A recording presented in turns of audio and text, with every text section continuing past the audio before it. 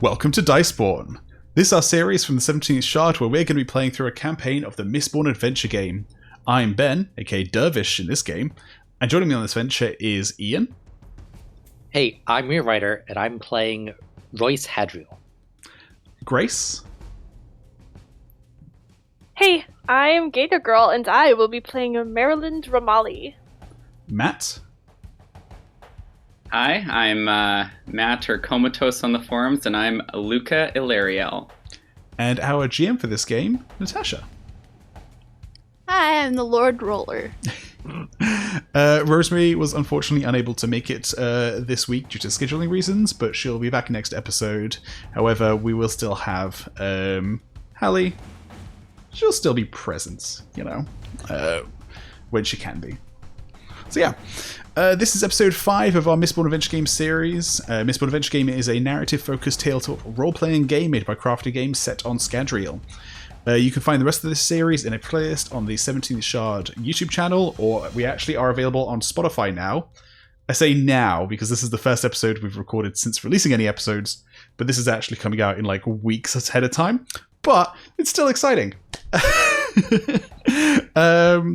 So yeah, if you find yourself a little bit lost while listening to this episode, I recommend you go back to the beginning of this series and listen to episode 1. If you want to give us some money on Patreon, you can also listen to our session 0 for this campaign. On to the giveaway for today's episode. I'm going to hand you guys over to Giveaway Ben to give you the lowdown on this week's giveaway, plus the winner of last week's.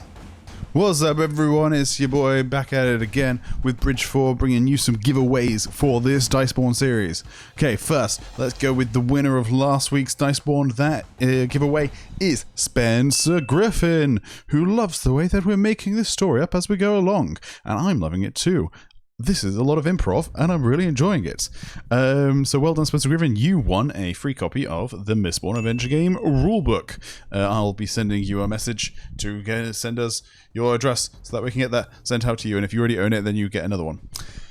Another rulebook of your choice. Cool. Okay, and next is this week's giveaway. And this week we're giving away one of those lovely Dragonsteel Mistborn goodie bags. I still haven't actually found out what was in the first one. So let's see if we can get a bit more luck with the second one and find out what's in the second one. Okay, so for this, episode 5 is kind of a halfway point. We're kind of ending an arc here. And so what we're actually going to do is next episode, instead of having an episode, we're actually just going to do a little live stream. This is also to help kind of alleviate some of the scheduling that happens when you have 6 grown ass adults who are doing this in spare time, trying to find time to record these. So to help alleviate some of that stress, instead of an episode in 2 weeks, we're actually going to have a little live stream where we're going to take some questions. Now, what I want you guys to do is, in order to win in order to be entered into the giveaway for one of these Dragonsteel goodie bags, is put a question in the comments that you want us to answer during that live stream. So just kind of, if you have any questions about the characters, about how the production, how we kind of went around planning and organizing this whole thing, anything like that, put your questions in the comments down below, and also be subscribed to the channel. We need to make sure you're a subscriber, and then I will pick one of those people who has read a question, who's put a question in the comments, and during the live stream I'll announce who has won. We'll also be answering all the questions that you guys put in the comments as well. So cool. Thank you very much. And I'm now going to go commit tax evasion to fund my illicit activities. So I'm going to go do that. Bye. Thank you, Giveaway Ben. Wow, I'm really surprised, Giveaway Ben. But as long as it makes you happy, we're all supportive. What does it mean? Okay, so without much further ado, Natasha, did you want to kick off our episode 5 of Diceborn? Yes. So, let's do a quick recap because it's been a little while, at least for us.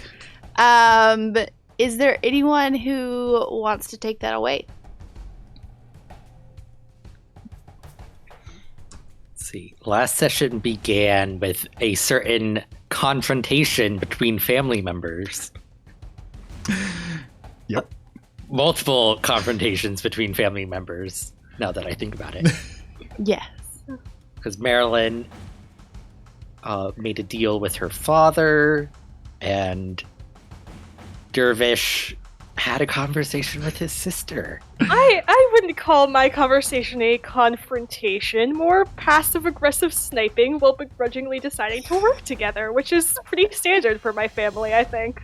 And I wouldn't call what I did with me and my sister did was a conversation so much as I don't know what you'd call that, a showdown. Intense confrontation. An intense confrontation, yes. Exchange of death threats. Yeah. There's a better way of putting it.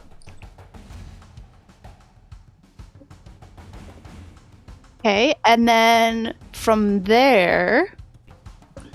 So during my confrontation, my sister has challenged me to a duel to the death for essentially the honor of holding my coldest-blooded clan Spikes.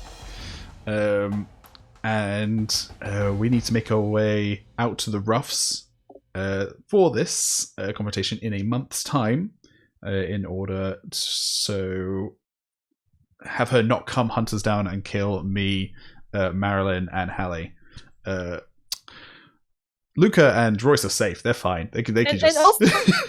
Also, Darren Drama. She also threatened to kill him. Sorry, yes, Darren Drama was also definitely in the room when she said she was going to kill everyone in the room if I don't turn up, yes.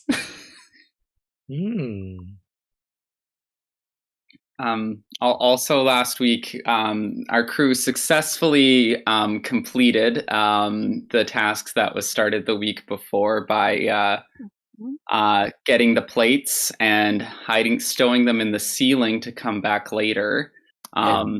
Of course, we didn't actually have to come back later to get them because Hallie was able to creep up into the roof at some point and melt them, which led to a bit of a discussion between the crew back at the lair about how well that was fulfilling the contract in not allowing the plates to fall into the wrong hands.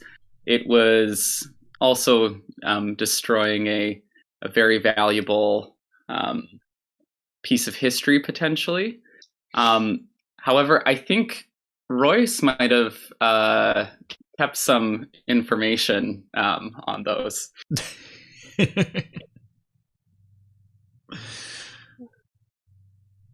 And then... Remind us, Royce, what did you do? Yeah, I read the entire thing while it was on display for the auction, and I stored copies in my metal mines.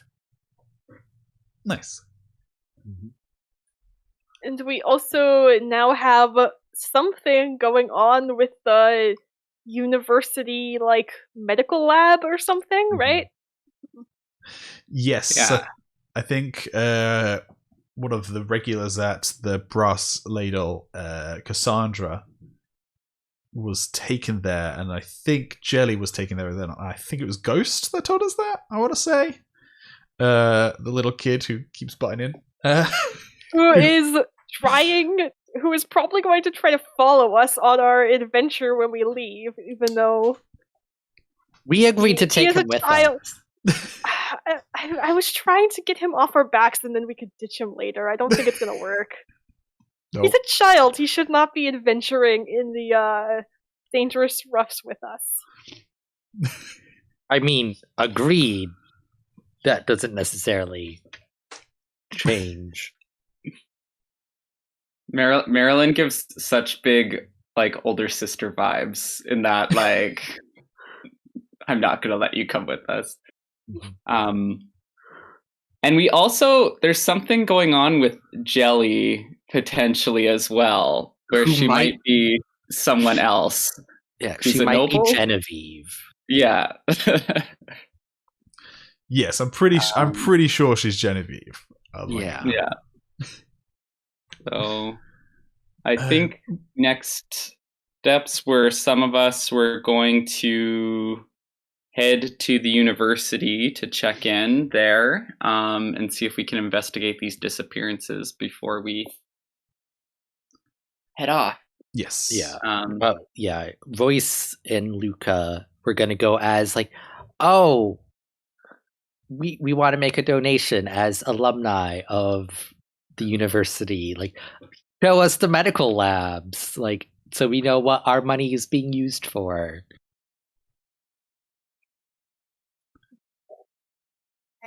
What else are you all looking to get done during this session? Because we also have, I know that Luka has to hobnob with his grandmother, given that, there was the whole incident at the auction house, and now she's all, mildly bent out of shape. Why would she be bent out of shape? and so there's going to be that request for, tea, and an audience with her grandson.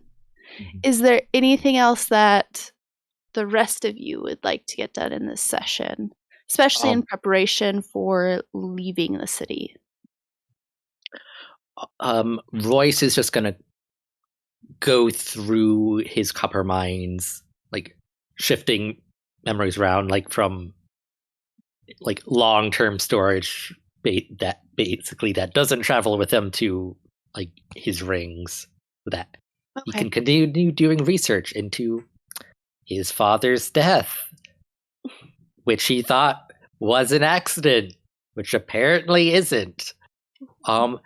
And certain other backstory factions, and see if are there any connections that he missed because he was not looking for them.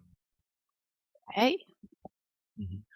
I think Marelyn might, now that she has sort of had a bit of a confrontation meeting with Eddie, see if she can track him down, knowing, I guess, that his life is also on the line, see what he's up to.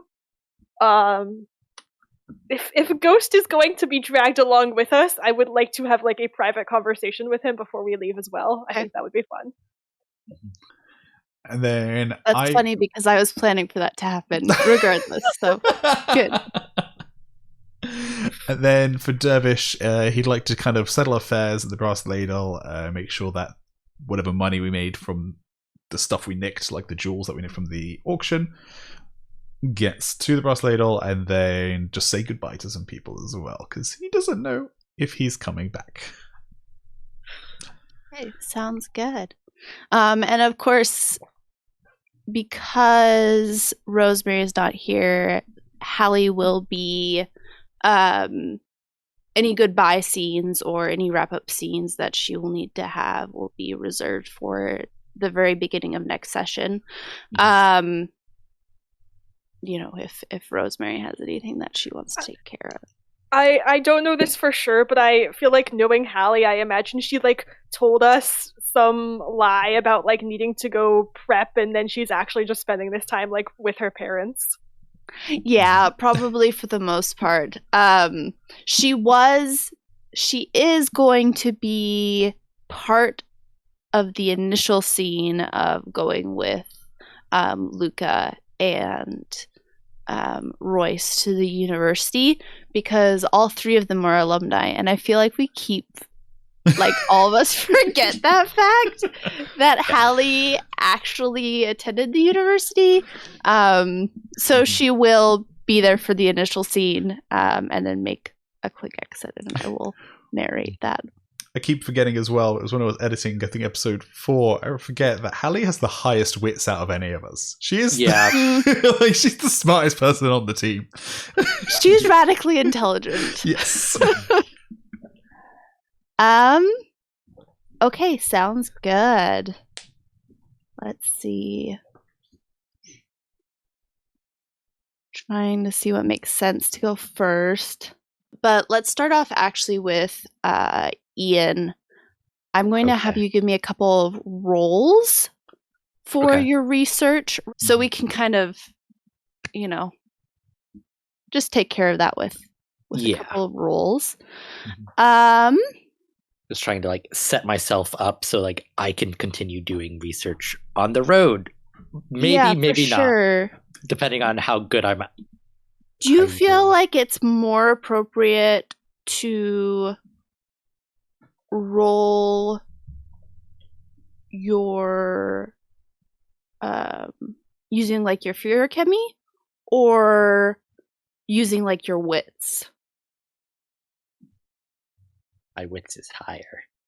But Yeah, well, and like I'm yeah. open to either if you can make a good argument, and I'm giving you that option. Mm-hmm.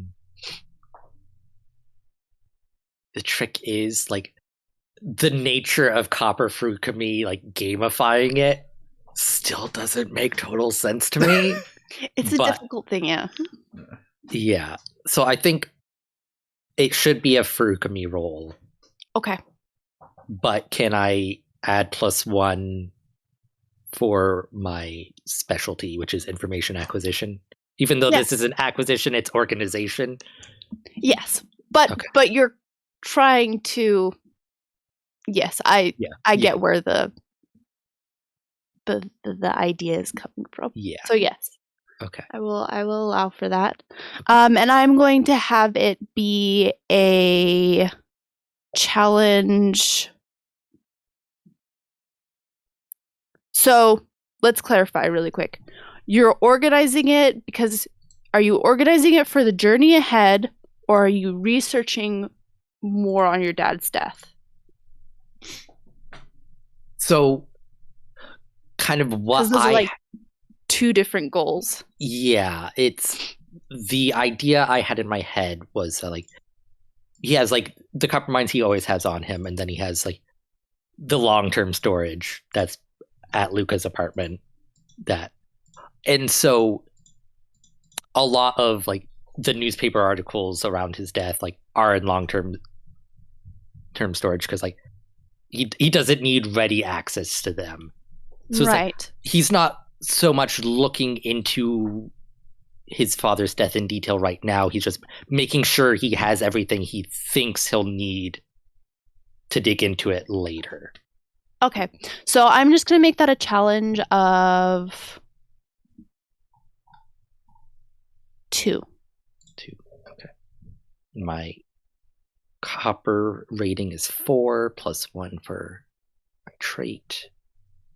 It's 5.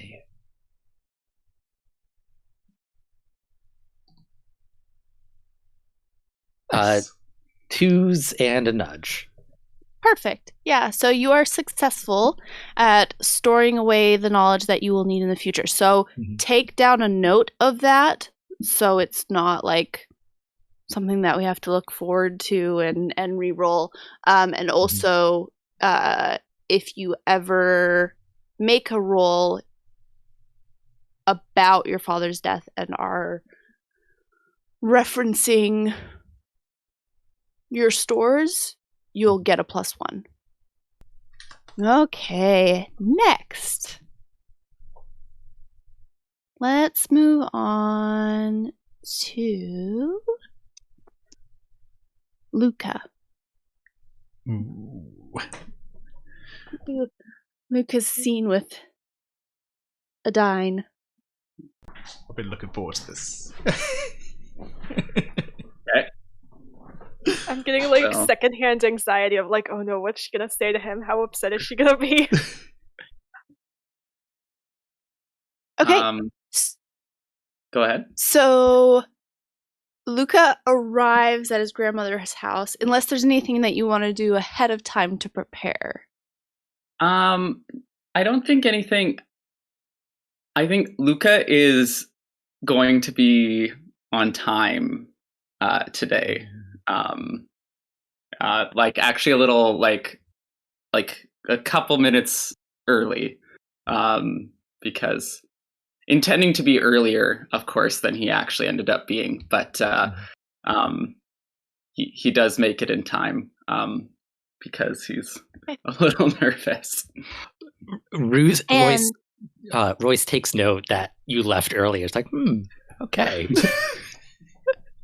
Really intentional about this and getting grandmama in a good mood. In a better place than she probably is.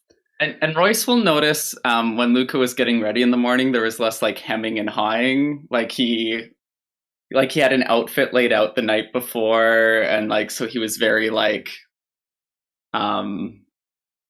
yeah, I think he did probably have to skip breakfast because he still takes longer than expected, but he made it. Well, and perhaps that's better for, his tummy and anxiety. Yeah. So Luka arrives and Chester opens the front door with, his very regular, kind of just monotone greeting of good day. Morning, Chester. Great to see you. Yes, welcome. You are early, oddly enough. I hope it's not an imposition. I'm happy to wait if the room is not ready yet, or if anything still needs to be done. No, I would not have you stand in the street or the hall like the common riffraff. Please. And that's why Please you're a come in. professional, Chester. I commend you. And he kind of, gestures with a gloved hand for you to enter into the hallway and come in, and he guides you to the seating room, and everything has been, pristinely cleaned, and the nice china has been set out as your grandmother likes it just so. And of course your grandmother is not there yet. Even when you're late, she often likes to make her own entrance. And so Chester gestures to your chair and says, "Is there anything I can get you while you're waiting, sir?" No, Chester. I'm completely fine. This looks splendid. Thank you. I'm just happy to have your company right now. Oh, would you like me to stay? Oh, no, Chester. You're free to go. You're free to go. This has been a great chat. Very, very pleasant. Yes. Quite. And then he just kind of like turns around and like excuses himself quite politely. And you're left sitting there for like 10, 15 minutes. And I mean, you were early, but at the same time, you kind of expected your grandmother to just like calm down once you were here. And as you're sitting there, the anticipation is slowly building and bubbling up, and you have nothing to do but think about what you've done. I was excited for this. Now I'm nervous. So Luka's, he skipped breakfast. So he's probably gonna but he's like nervous, like in eating, like it seems, and he doesn't want to start without his grandma. So he'll like do that thing where he's like about to take a like biscuit, and then he's like, no, I probably shouldn't. And then like his hand like absently strays back. And then he'll like, pick up like a teaspoon and just start like flipping it in his fingers, or like batting it against his palm. He might like pace a little bit and like look at the art on the walls or out the window. And so your grandmother comes in as you're like pacing and like thumping the spoon, and she says, "Darling, we do not make music with the cutlery. Please sit down." Oh yes, my apologies, grandmother. You're looking exquisite today. Great to see you. Thank you. And she sits and rests her ringed fingers on her cane, just kind of like the clawed, like eagle hands, right? Her hands are kind of like those long, slender, elderly hands. And she eyes you and says, "So, would you like to tell me what happened?" Yes, of course, grandmother. And it was quite disappointing, and I am quite disappointed in Mr. Petrel. He was in charge of the security, but it really is unfortunate. And I don't know what I could have done differently to look out for his job, but I did make sure to keep our name out of the negativity as much as possible, making it very clear to everyone that, this didn't fall on our part. And I insisted that an investigation be done so that it was clear it was some sort of infiltration and not deficient service on the part of our catering staff. And also, made sure people had blankets and things. It was an awful, and honestly, grandmother, you're lucky you weren't there. It was quite messy. Yes, certainly. And I did manage to procure most of the items. Unfortunately, of course, there was the theft. Yes. What a thorn. Yes, it is unfortunate. And, I was disappointed when this nobody came out of nowhere to outbid on the final piece.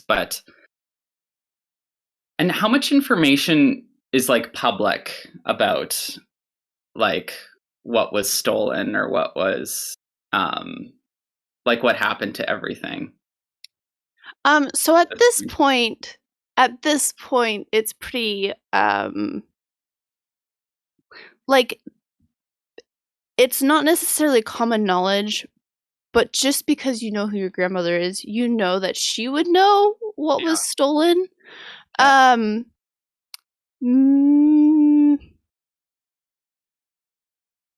Make me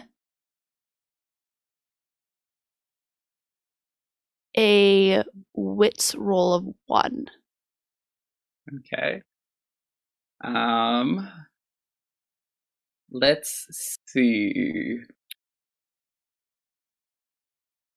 I don't think anything helps me here, unless this has to do with tracking social connections or genealogy. Okay, so this is a challenge 1, and I get to roll 3 dice for my wits. 3s! Oh, interesting. Okay, excellent. So, as you're rambling, or not necessarily rambling, but yeah, spilling your everything, you're realizing that she's letting you just talk. Mm-hmm. And you're also realizing that probably the reason that she's actually having you here, and if anything she's upset with you about, is the fact that you didn't win the auction. Not about the things outside of your control, but that which was within your control. And as you're talking, the more she seems interested in why you're talking about everything else. Huh.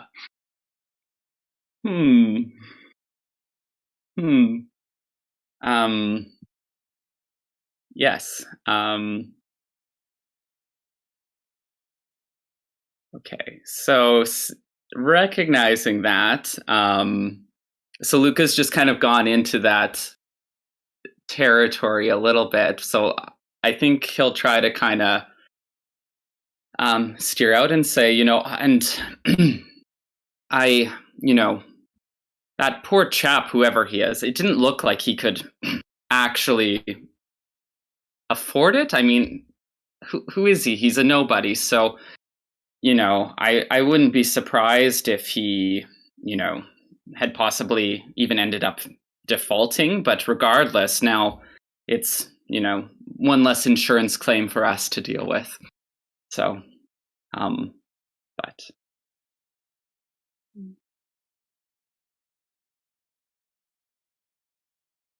But you lost the auction.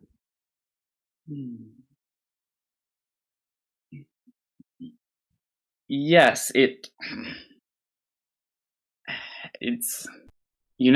how these things go. They can be a roll of the dice sometimes. And again, no. You chose to not continue bidding.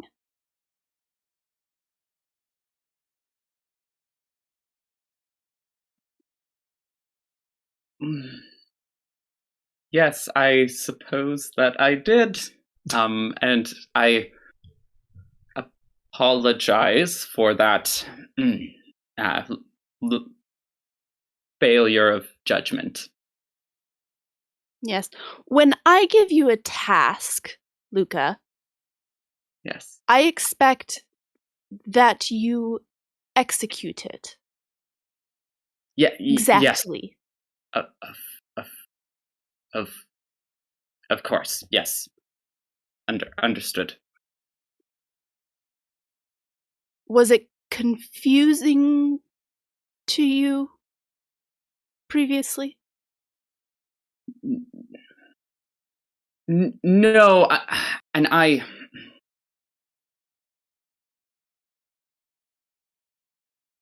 Grandmother, you're a very competent woman in everything you do, including your instructions, and I don't want to make excuses. I think, plain and simple, it was a failure on my part that I will take responsibility for and will not repeat.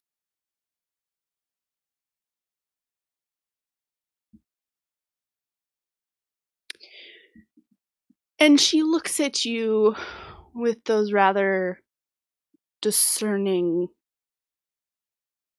almost like hawk-like eyes. And there's just a long moment of silence where she lets you sit in that apology.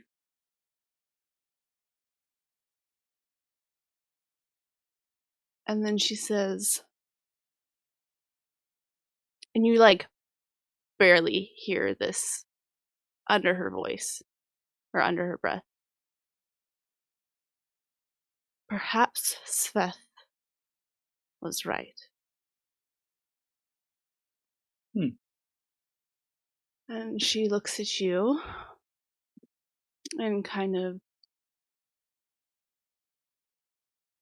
gets her bearing again and says, yes, well, you are forgiven this time. And if there's anything I can do to make it up or to make amends, please let me know. Yes.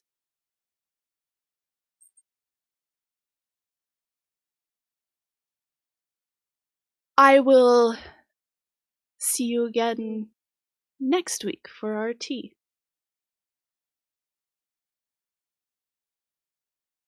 And out of care, I know we're leaving before then. Oh, yes. Mm-hmm. Correct. Actually, Grandma, I was planning a little holiday to the country, and was thinking of being out of the city for a little while. Well, perhaps that is best. But on my return, I will check in with you and share anything I've learned on my travels, and I will, and of course, if I see anything that will catch your interest or that, could be made up, I will certainly bring it back with me. Yes, I would appreciate that. And at that point, she proceeds with the tea as if nothing has happened.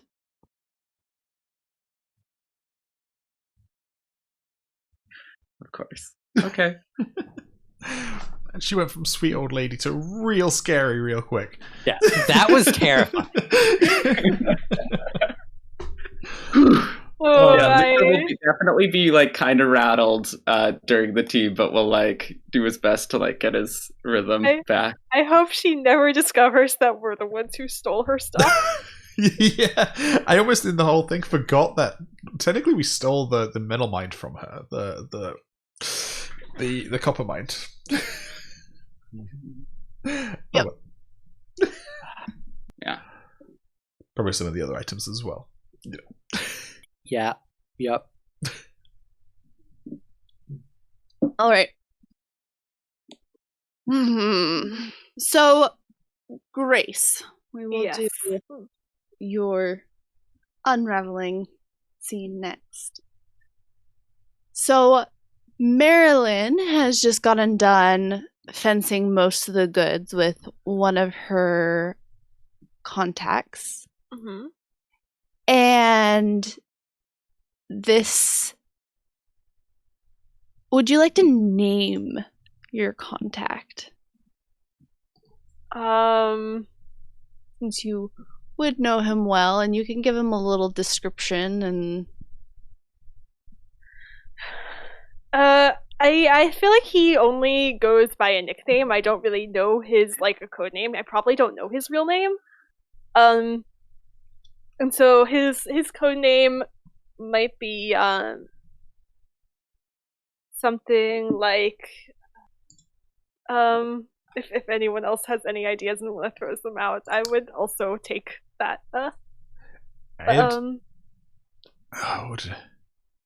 I'd coin maker. What do you call coin maker? The mint. It could be mint. Yeah. Mint. Sure. Mint. So yeah, so he goes by Mint, and that's pretty much all anyone knows him as. Maybe he has some close friends or family somewhere who knows his real name, but this is a professional relationship. I don't know it. I've never asked. I probably met him through working with my father. He's probably fenced goods for my father before. He might be, my father doesn't have the best reputation and sometimes takes things from people he shouldn't who have worked with him, so maybe he's not the most reputable fence out there. He's the one who will take pretty much anything without question, even from people who might not be able to sell things to other more reputable fences. So probably is a little bit of a low baller, but for something like this, he's probably the most discreet, one of the most discreet fences out there. Because I know he won't ask any questions about where this stuff came from. He's probably a little bit above average height, kind of pale skin, almost like a sickly paleness. He kind of looks like he looks like someone who would skulk around in dark alleys a little bit, but he's, despite his what he does and how he looks, he's surprisingly friendly and pretty warm and like, well, not warm. He's still like, there's like a little bit of professionalism there, but he's not as like gruff or suspicious as you would expect someone who like looks and does what he does to act. Okay. So you've gotten done with Mint, and he's, offered you a very good price for the items that you're trying to offload. And he asks you, he says, you wouldn't be looking for any work, would you? Well, you know me, I'm always open to hearing about some new opportunities. I've got a guy who's been asking for something that's kind of odd. And while I can get my hands on a lot of things, this one, not that easy. And I heard you were going out of town and thought maybe you might, I don't know. Well, I think I you know. certainly know how to intrigue me. What's this item? Well,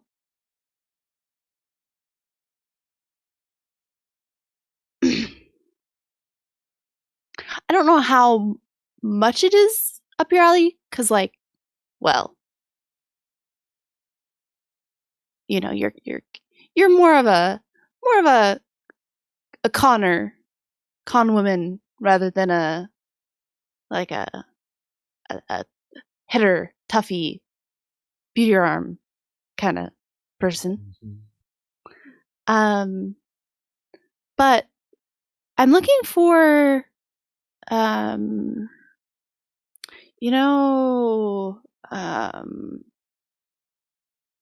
well, when those Kolos, they have those, the things, the metal things. Spikes? And yes. And I'm looking for some of those. Do it. I do it. Oh, interesting. That's certainly not a It's not a normal product request. you hear about much. Yeah. No, but I've actually had a couple of requests for those kinds of things lately, and it's kind of weird. So I figure, while you're out there, you might as well, if you run into him, not necessarily go looking for him, because Kolos. Yeah. But if you find some, I might have a way to offload them. I'll certainly keep an open mind if I come across any. Good.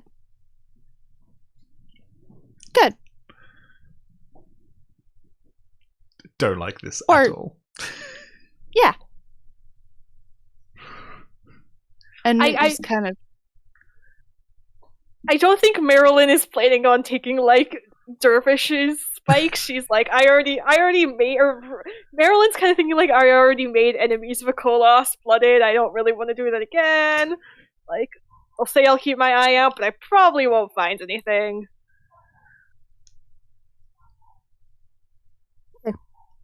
And Mint asks, is there like anything I should be keeping my eye out for you in return?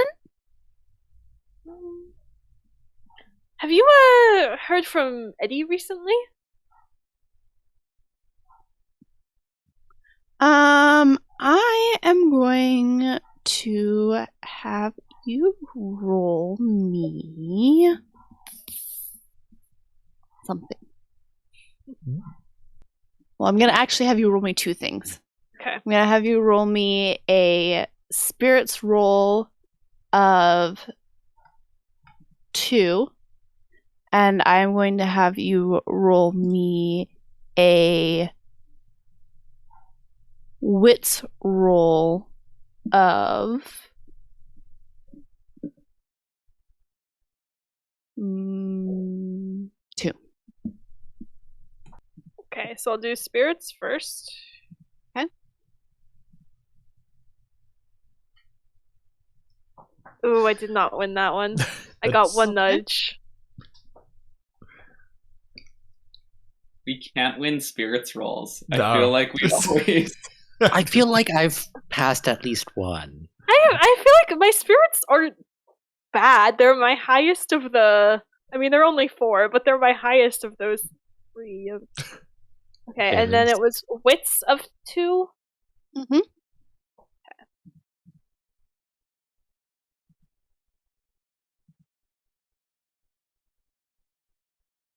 Okay, I got 5 on that. Okay, 5. perfect. Yeah, so you can tell that Mint is a little iffy on whether or not he wants to tell you about it, but he says, yeah, I mean, I seen Eddie around. And you're smart enough to know that likely Eddie was using Mint as a fence.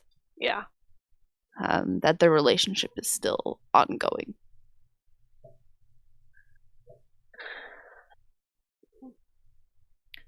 You know where he's staying these days?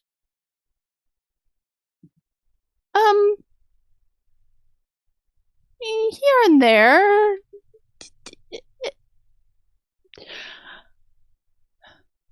Marelyn's not really expecting much from this since, I thought you and he weren't really talking anymore. We ran into each other on a job the other day, and I wanted to make sure there weren't any loose ends between us. And you can see the idea of loose ends flash through his mind. He's like, "Are you gonna kill him?" No, of course not. Just want to talk, make sure we're on the same page. You know how he is. Okay. Well, and he's clearly, Marelyn is kind of part of why we go to this guy is because he's discreet, and so she's not necessarily expecting him to rat Eddie out. Yeah, sure. And he says, well, how about this? I won't tell you where he is, but I'll let him know you're asking. Okay. Sounds good. Okay. And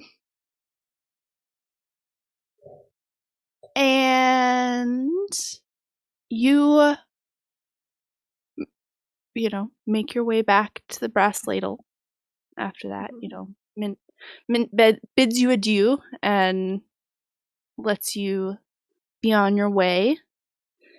And when you arrive back at the brass ladle,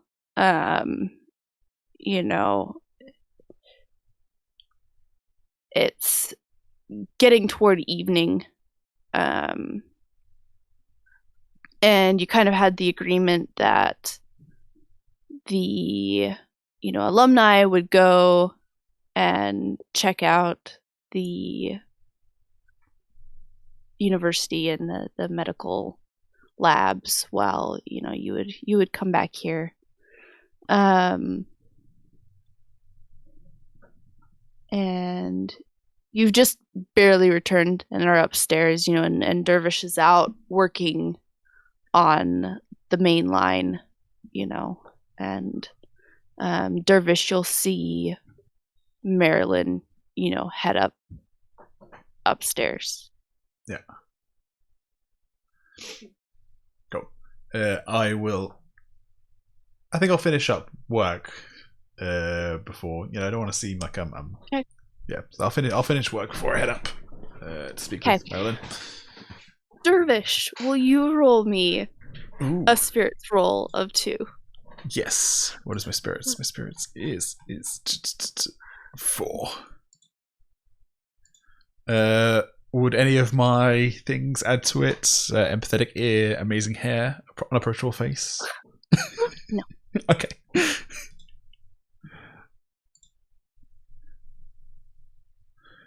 Matt, yeah, spirits rolls are just not our forte. Hey. That is a big fat 0. Solid. Yeah. Solid. So, right. Well, then we will come back to the brass ladle later this evening. That's fine. In the meantime,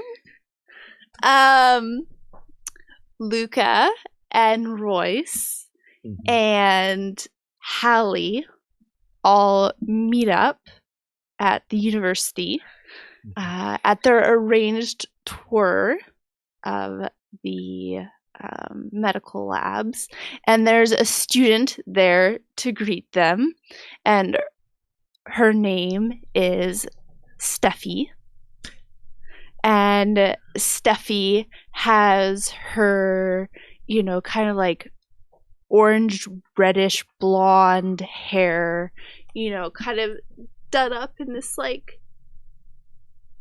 very almost avant-garde sort of style. It's very bright and like showy, and she's dressed in a little uniform with the school colors, and she has a wolf dog pin on her lapel, and she's just waiting there and standing and waiting for you, and when the 3 of you arrive, she goes, "Okay, welcome. I have been told that you 3 went here before, and that I am going to be showing you around today, and that we have a special interest in the medical labs, and that you're considering donating. Thank you so much for considering donating to our illustrious university. We appreciate it so very much." Excellent intro. Very well done. And we're very happy to be here. Good, good. I'm sure you have so many memories that are just all like flooding back. And Hallie's just like standing off to the side, like already so grated by Steffi. And Steffi is just, bubbly and bright and like total cheerleader personality. And out of the corner of her eye, you catch sight of a couple faculty members, and Hallie just like gets a look of like disgust and says, "Well, that's enough of that. I'll be leaving now." And she just says, you hear her like mutter under her breath something about slimy little son Mistwraith's rusting face, and how she wants to like melt it, and like she clearly has it in for like one of these faculty members. And she just kind of like turns and marches off, and you can see kind of that she's like glowing just a little bit with heat. Smoking. Royce kind of gives the look of like being like almost scandalized. It's like, okay, like that was a thing. Like he's also like that mentally. He's like that was interesting, but like he's trying to distance the two of us from Hallie a little. And Steffi's just like, she's more of a tour intro person. She likes to absorb the introduction, and that's kind of her primary interest in these sorts of things. And then she's more of an independent learner, studier. So, did she not like me? No. I'm sure she loved your introduction, and now she needs time to sit and think and absorb. You know, some people are verbal processors. They like to talk about their feelings and what's going on. And some people, when they witness something really well done, just need to sit and digest it. All right. Well, then let's continue on with our tour today. Please follow me. And she, starts trotting off and, gestures off for you to follow after her. Do either of us recognize the faculty member that she didn't like? You are welcome to roll a spirits roll. Spirits. And we're going to have that be a spirits of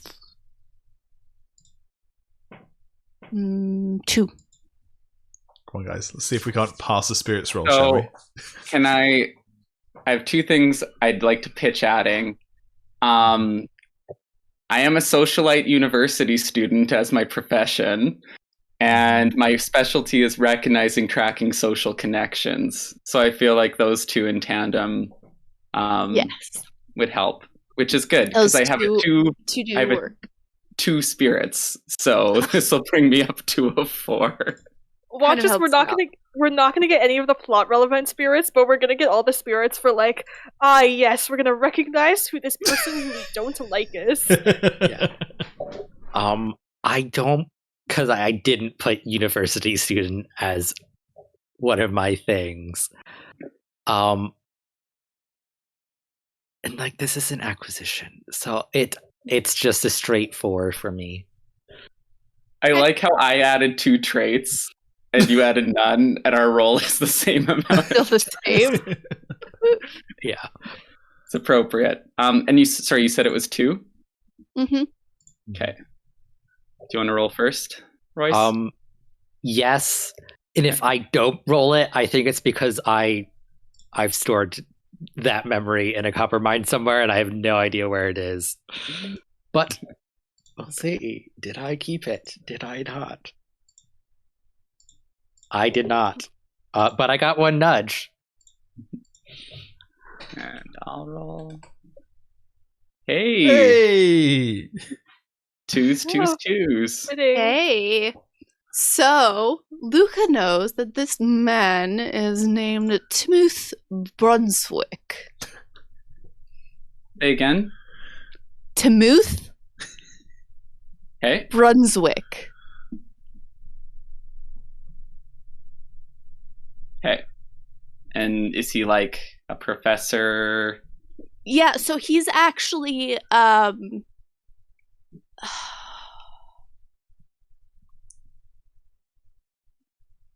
this is me doing a brain space. What's it called when they would research the alloys? A metallurgist. Yeah, he's a metallurgist. He does alloy research. Interesting. Does he have a reputation among the students? What's his Elendel rate my professor score? He has like 1 star and a spicy pepper. I was gonna ask about the spicy pepper.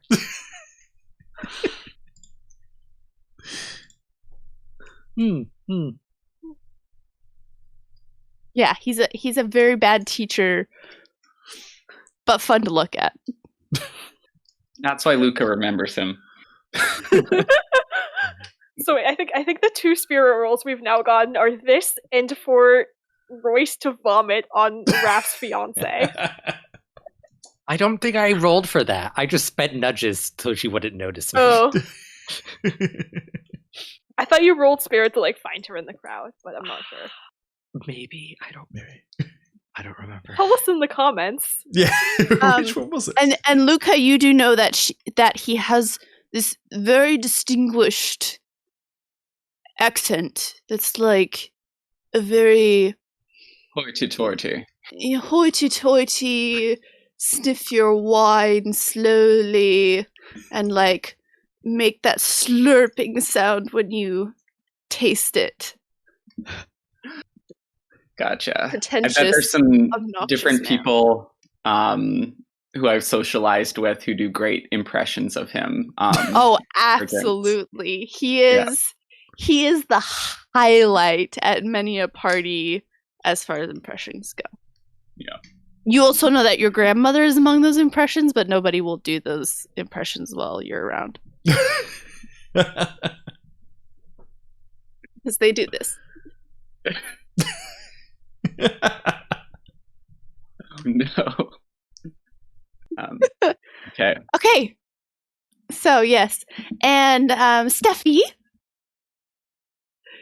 she takes you around a campus that you already know quite well, and she's giving you what is a rather introductory sort of tour, right? Which is probably what they give to most new students.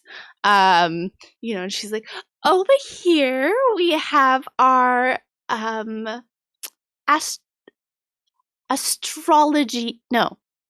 astronomy building, and they look at the sky there and study that, and here we have this building, and she seems quite lovely, I'm sure. Royce is just letting Luka do all the talking and just mentally just have to get to the medical building. Just have to get to the medical building. I imagine Royce is storing this as it happens, so he doesn't have to remember the tour. No, he hasn't started storing yet. He doesn't store everything willy-nilly most of the time. As they're in between stops, when they just make conversation, before her next set piece, Luka will be like, oh yes, once in a while when I was a student, I would give these sort of tours, and kind of trying to bond with her over oh, that last stop is my favorite to explain, and you did such a great job of just. Oh, thank you. Did you make out with the hot new students under that statue over there too? It conceals things so well. Oh, I probably shouldn't have said that. Oh no, it's. I mean, I don't kiss and tell, but the spot does have a reputation, doesn't it? Mm-hmm. And she continues on her way. Will you both please make me we're gonna do another spirits roll, but this is gonna be a spirits roll of 3. Luka, you can use your university student. Okay. It's would information acquisition apply to this? No. Okay. I'll roll. Nope. That's not a big this 0. time. Yeah. Sad. A nudge. Nothing, but I get my 3rd nudge. But I'm not going to use them Okay. on this because I'm too far away. Well, terrible. Well, we'll see how this goes. Okay. So while you're out walking around, Steffi eventually leads you to the medical building, and she's like, oh, and here are medical labs. This is the building in particular that you were interested in. I don't really know why, but it does have a nice auditorium. If you like, well, we can go in there. If you talk really loud, the vibrations of your voice, acoustics, yes, are wonderful. So our instructors will stand down with the cadavers and perform autopsies and show the students, the stuff inside. But their voice can carry, and that's what makes this building so magnificent. Come see. And she leads you inside to this large auditorium, which actually takes up the majority of the medical building, and it has this big stadium seating down to kind of like an operational center, and nothing's going on at the moment. Class is currently out. It's actually toward the end of the semester, so you're guessing that for the most part people are in finals, and you've seen several students running around looking like chickens with their heads cut off kind of deal, or sleep deprived mistwraiths. And Steffi, walks you down all of the stairs and opens the little gate into like the operating area, and she says, so if you stand right here, this is where like the professor would stand to teach. You can talk up, and while your voice might not sound loud to you, everyone can hear it quite easily throughout like the rest of the building. So if you wanted to try it, one of you could stand here and like the other could go stand up there, and you could switch places. And then she says, and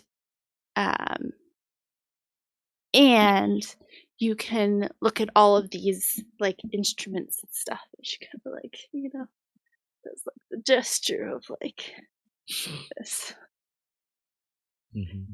You think at this point she's trying to like maybe flirt with Luka and like show off a little bit, but we don't know. Yeah, It could just be how Steffi is. Yeah. He's gonna say, "Yeah, this is enchanting." And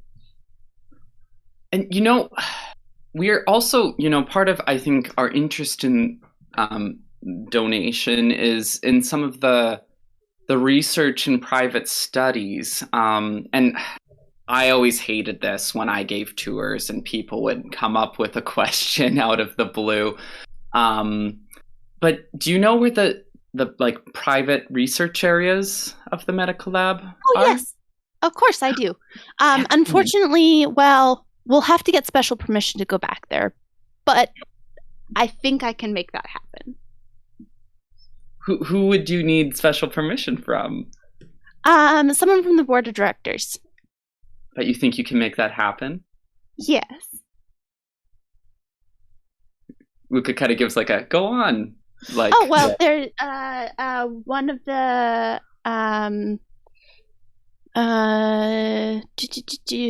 Raf Hastings. His office is actually just down the hall, and he's in today. Damn, Raf's too nice for himself. Get right out of Elendel. He is. That's great. Little secret. Rafe's an old chum, and if we're gonna go into the back area, I think it'd be really fun to give him a little surprise. So when you go ask him, let's keep it hush hush. I'm not here, okay? I want you to roll me a charm. This is going to be a charm of 2. Okay. Inviting smile with this, because like this is like and then the other thing, I have my whole thing where I'm superficial, like good at first impressions, and like we've been having like some like surface talk along the way. Yes. Okay, so charm plus my 2 traits, so that's a total 6 dice. And you said for a challenge 2? Yes. Okay, let's go. Yes. 2 4s and 2 nudges. Excellent. So Steffi goes, okay, just It's gonna be such a fun little joke. let me see what I can do. She says, why don't you two, with do your this voices now. and the talking, Yes. and I will be just right back. And so she goes, taking the steps 2 at a time, up the stadium seating. She, goes and lets herself out into the hall. As soon as she's out of sight, like Luka's kind of doing the wave, and then he's gonna like put both hands on a desk and be like, like obviously like so stressed. Royce is gonna go and take some mental images of the tools and at some point look up what the tools should actually look like and see if there's anything hinky going on there. Okay, yeah. Will you both roll me a spirits roll of 3? Anything be added? For you, your student status. Student? Okay. For Royce, information acquisition. Okay.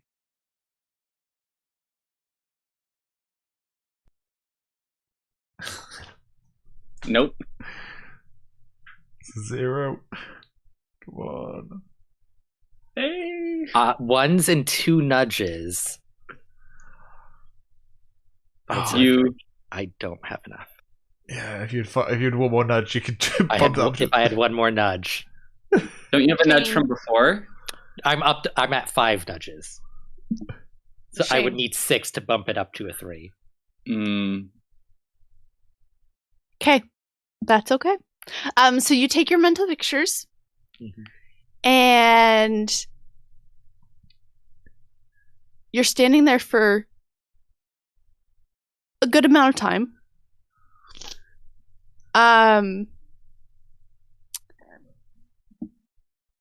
And eventually Steffi comes back and she says, okay, well, I have gotten us permission.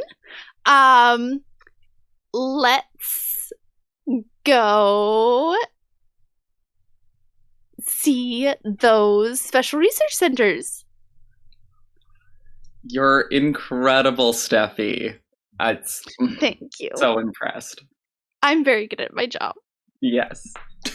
I just want to vibe check. Is she acting any differently now than the way she was before she went to go talk to Ray? How do I put this discreetly? She is not acting any differently, but her skirt is a little rumpled in the back. Noted. Hey. Oh, right this way.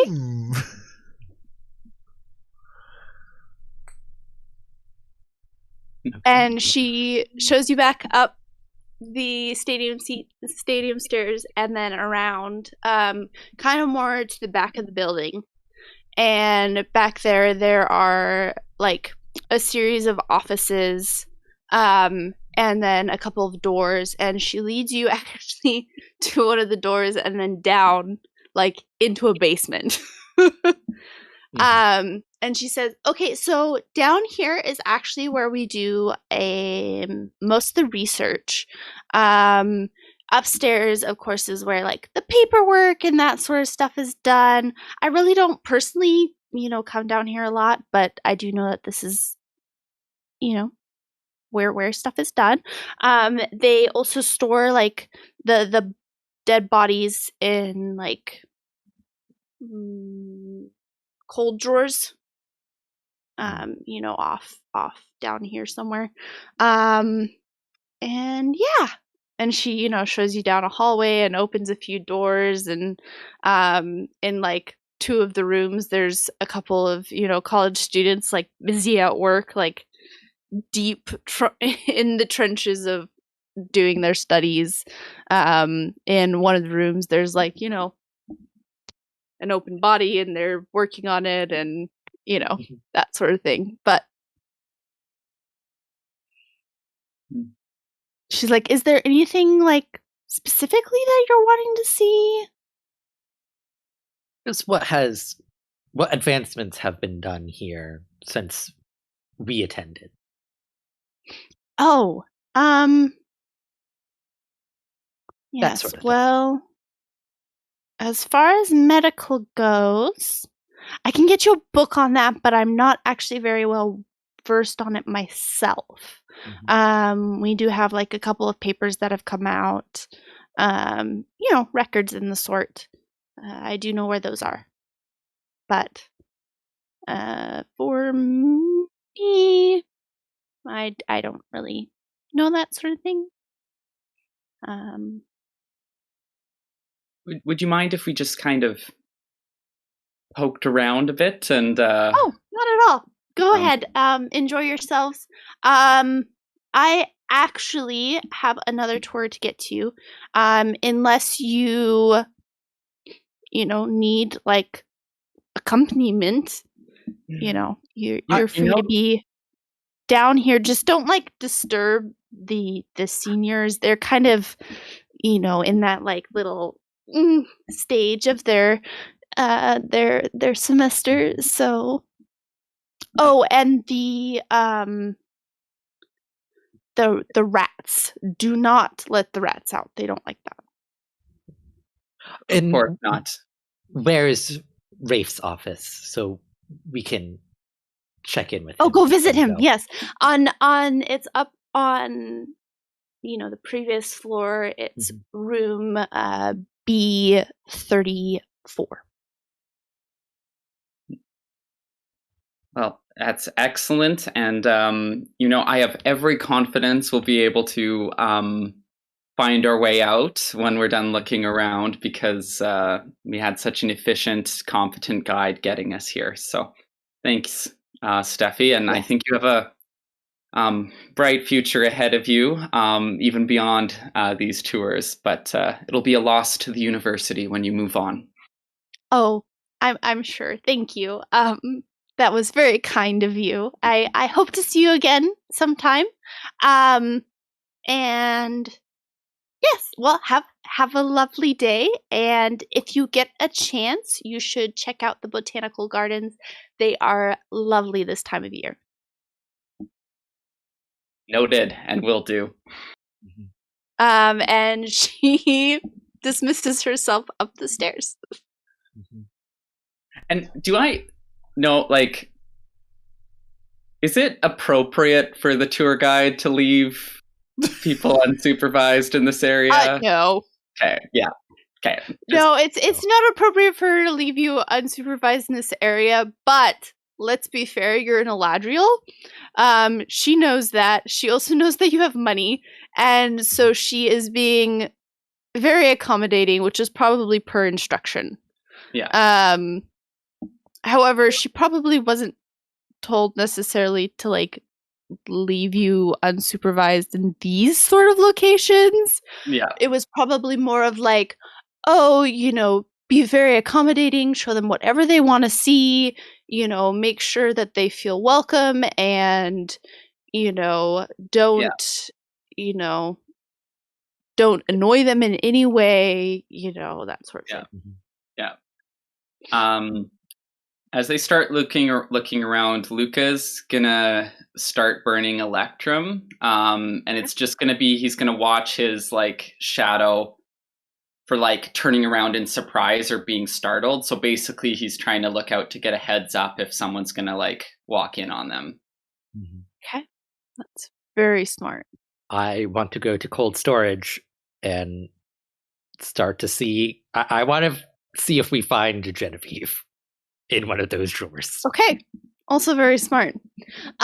So you make your way throughout the, basement complex.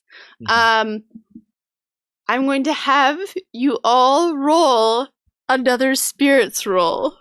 Come on. This one is going to be another 3. Okay.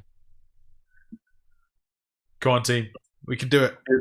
Can I add my drive, which is look out for the little guy, because I'm looking for Genevieve, who has fallen on hard times. Yes. It might be dead. Okay. Do I get to add university student again? Or no? I feel like maybe this isn't.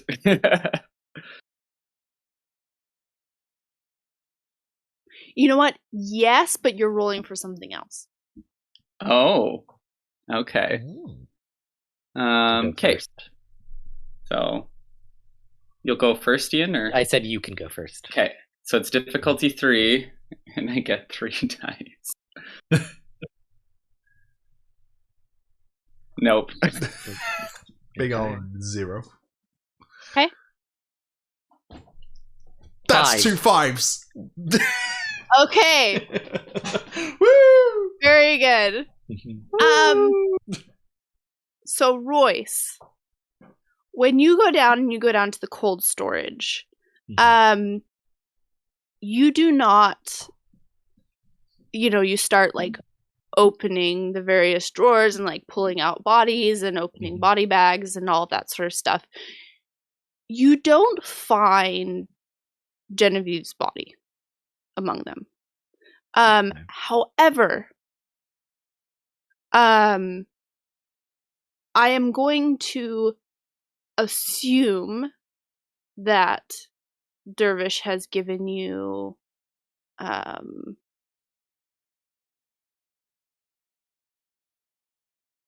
descriptions of some of the other missing people. You do find the woman that Dervish described as Cassandra. And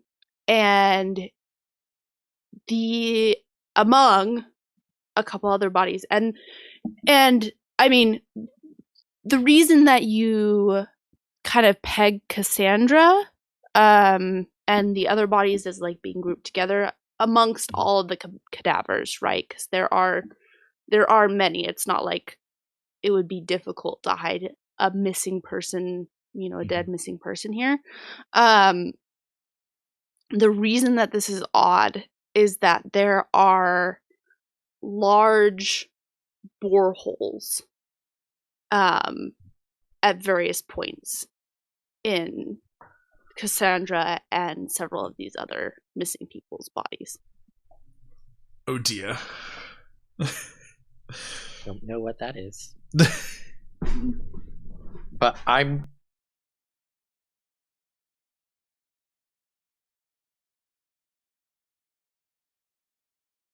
Does it look like the same places are being stabbed in each of the bodies? On some of them, Okay. you see a very common one is like the eyes. You see that. Sorry. Yeah, it's fine. You see, there's a few that are like chest and like lower back and and just there's a few like very experimental places that don't seem to have any rhyme or reason to them. Like through the hands, through the feet. Just random ones. So it's like there are a few that seem to have correlating ones, and then there are several that have some of those correlating ones and then different ones, and yeah. Royce is kind of trying like memorize those locations. Okay. Should I roll for that? Or yeah, give me a fear chemi roll. okay. It's just gonna be a 1. It's not like it's Okay. And then +1 for Their whole information lower body. acquisition, the thing I use all the time. It's a very handy thing to have. It is. 2s. Okay, perfect. Yeah, so you'll have those locations stored away in your memory box, in your rings, or. And I'm not sure. Like, I'm guessing like once Roy starts looking at it, Luka kind of looks over. Are they? Does it look like these boreholes involved someone pushing something like right through the body, or that something was and like out the other side, or that something was like stabbed in, placed there, and then pulled back out? Interesting. I'm gonna need a wits roll. And that's gonna be out of Luka's purview, so I don't think I can add anything. Yeah, it's gonna be a wits roll of 2. Okay. But wits 3. Nope. Okay. Good instinct. Yeah, I'm gonna say Luka's just like a little grossed out. Like he kind of tries to start looking at it, and he's like, bleh, bleh. Yeah, I mean, not to be super gross, but the bodies are like, blue, and it's not like pleasant, right? It's not like looking at a live person that's sleeping. It's quite clearly dead. But yeah, so you've located these, and Luka, you're as you're burning the electrum, you see your shadow self, kind of do that like turn and like tense. So you have a couple of moments to react. Luka, whatever they're doing, will like push whatever they're looking at like away, and then like kind of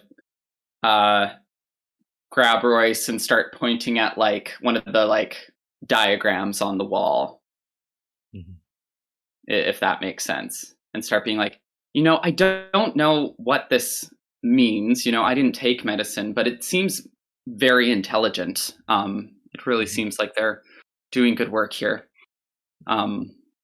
You didn't take this class, did you? And he's like kind of just making it like I took it as an elective one semester, and like as soon as like Luka would have warned me like he was burning electrum, like I would also like help like close any drawers that were still open. Sure.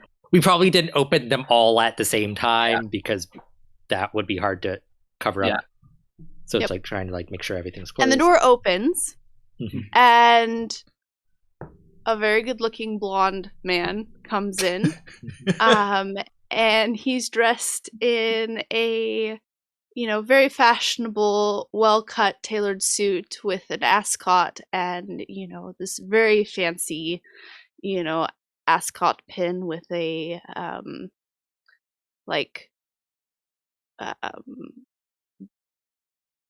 ruby set into it. And he looks quite startled to see the two of you there. And Rafe goes, "Oh, hello. I was told that you would be visiting today, but when I saw Steffi leave, I assumed that the two of you had made your way out as well."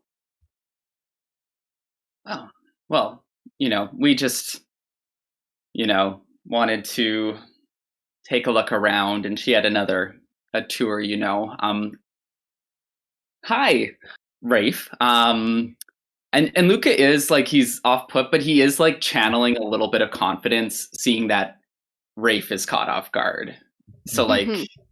he's a little more together than I think he normally would be in this situation, just because he's kind of taking satisfaction in surprising Rafe. He's saying, so he's like, you know me, I don't have a head for any of this stuff really, but it's fascinating to look at.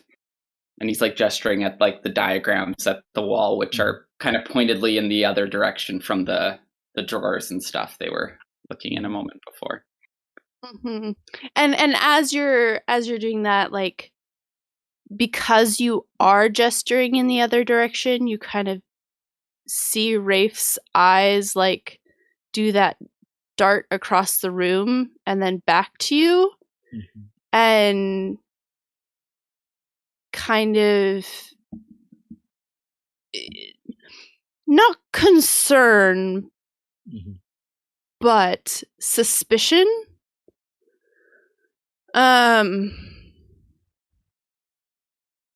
And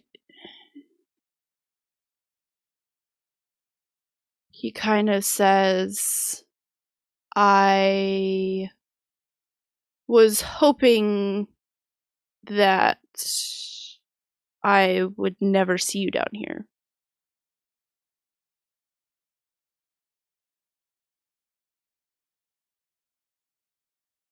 Oh, well, for, people can surprise people.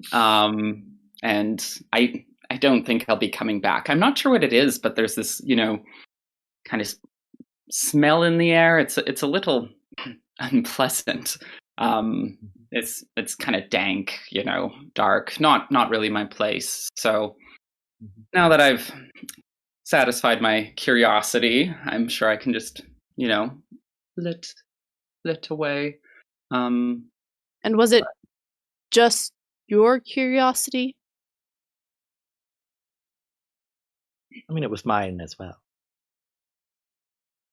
Congratulations on your engagement. Yes, thank you. How does he seem happy for his engagement?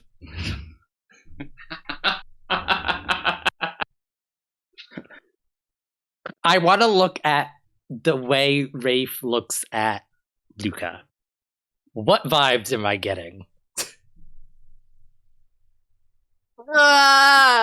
Okay, that's a lot of questions.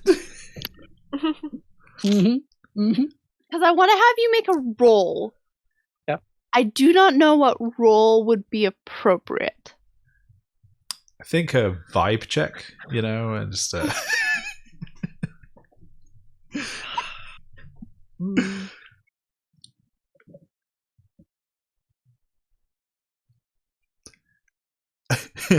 At this point, can we just give information acquisition its own rating and just roll on that?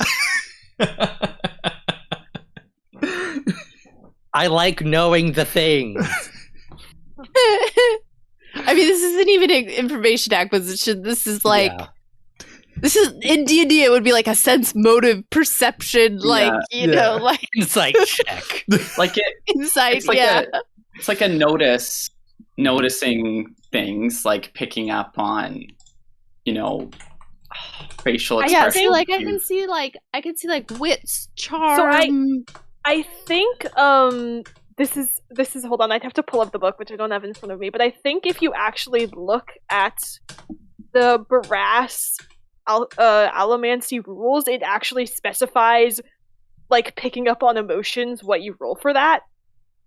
Because it's like, if you want to, because it does say, I've read through that, and it says like, if you want to like figure out what people are feeling before you try to soothe to get like an advantage, it does say. I want to say it's probably wits, but good, because wits is my highest.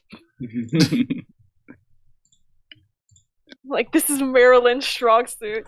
This is so fun, but I wish I was there. Yeah. I'm starting to think, like, we probably should have sent you along with them.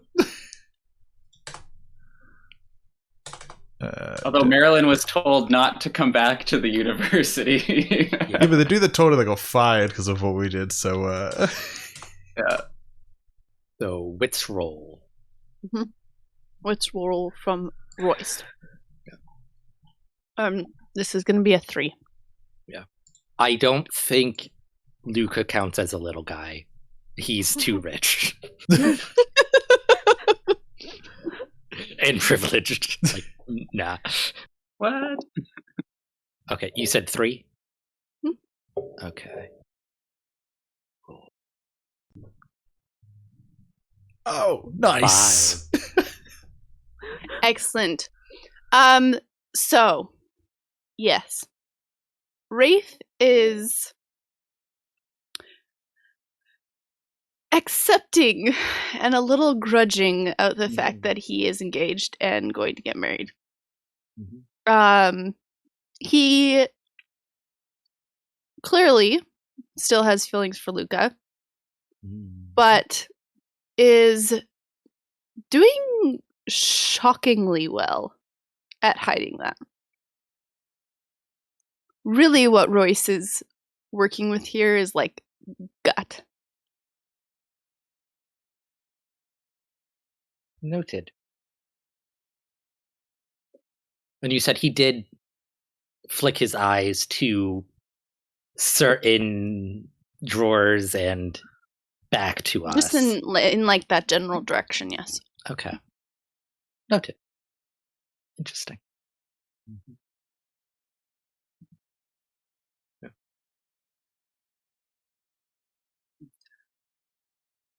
Does Luka get the sense that Rafe is like a little suspicious of them being here? I'm guessing. Yes, suspicious and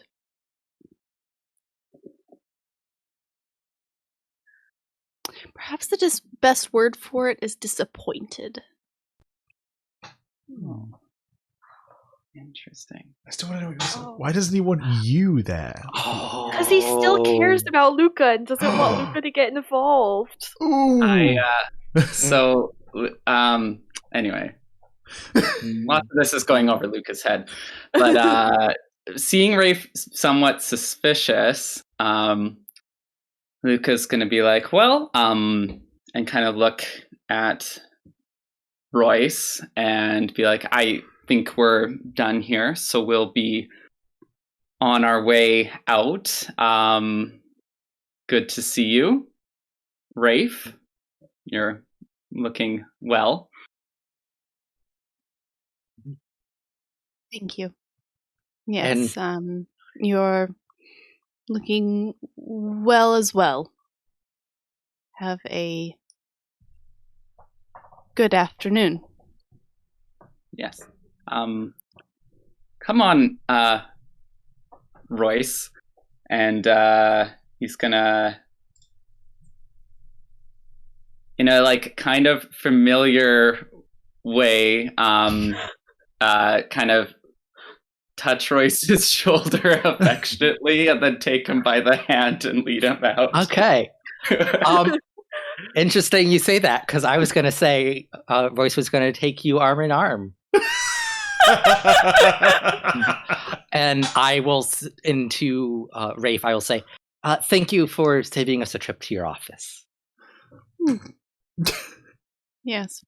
Well, and He lets us leave?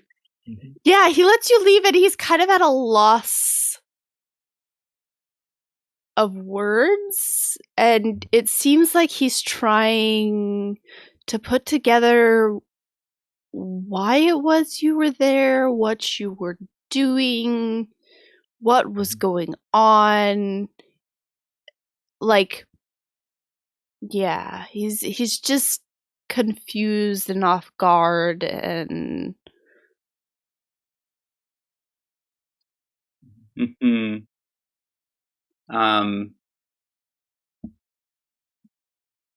as they're like walking down the hall, like kind of still in earshot, Luka will go, oh, sorry, it's a little crooked there, let me straighten. And Royce's collar is, I'm assuming, perfect, but he's gonna like straighten, act out straightening Royce's collar. That's exactly what I was trying to figure out how to incorporate.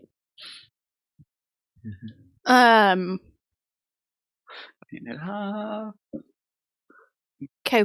And so I'm going to ask a important question. Are you trying to get across to Rafe that you are okay and in a happy, committed relationship and don't care about him anymore? Luka, Are you trying to slight him and be vengeful? Or are you intentionally trying to make him jealous in the hopes that he will do something? I think Luka's primary goal is to give another possible reason or thought why they were in this secluded, closed room away from the public. Okay. And acting kind of cagey. Okay. And Says, you know, if, you know, you can. nothing says great place for a clandestine hookup. I know. Yeah. I don't know what it says about us that this is where we chose, but I am 100% in support of this plan.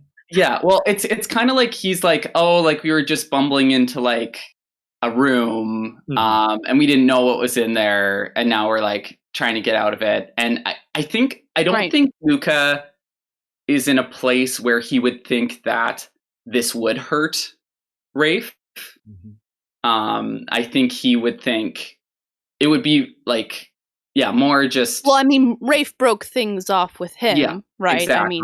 I mean, and so I think,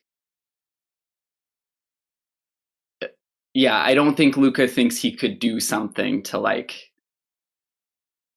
hurt Rafe in that way. So I think he's more focused just on, coming up with on like making a plausible an excuse for the situation. Yeah.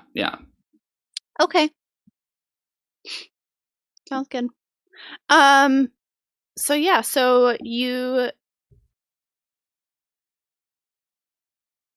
I'm going to have you both make me a spirits roll of 3. A spirits roll? Spirits? Mm-hmm. And any.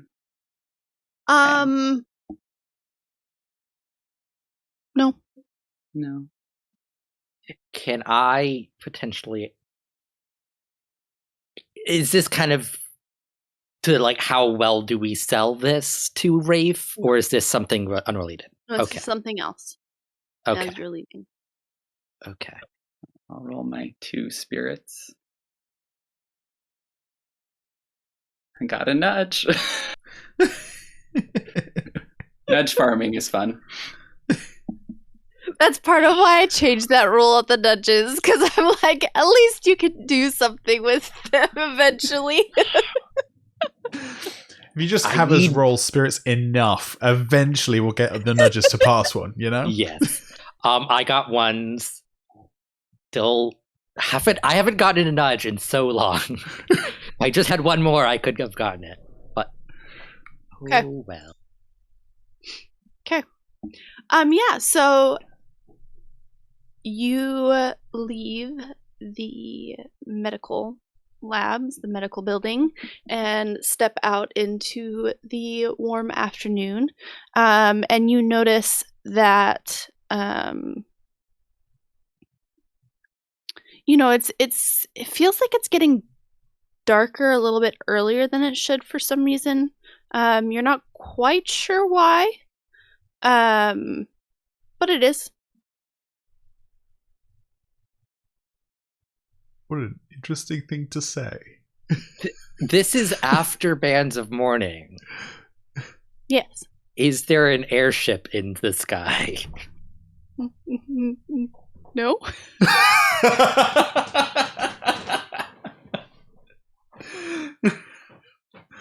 would have been wild.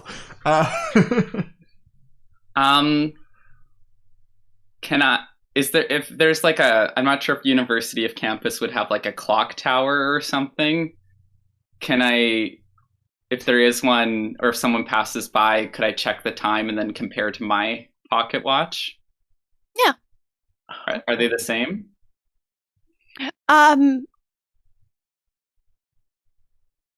Or like more or less? So the clock tower is out. It's darker than you expect. The clock tower seems to be a few hours ahead of your watch.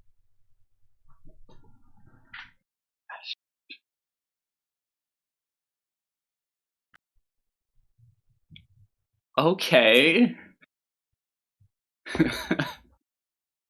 Luka's gonna be like, what? What does that mean? I mean, and when we were walking around with Steffi, like we were going in and out of buildings and stuff, and nothing was weird then, right? Yep. Do you know if Rafe has Allomancy? Do I know if Rafe has Allomancy? Yeah. Or not? I don't remember what I put in my backstory. So, no. Okay. Question. No, he wouldn't know, or no, he knows that Rafe doesn't have Allomancy?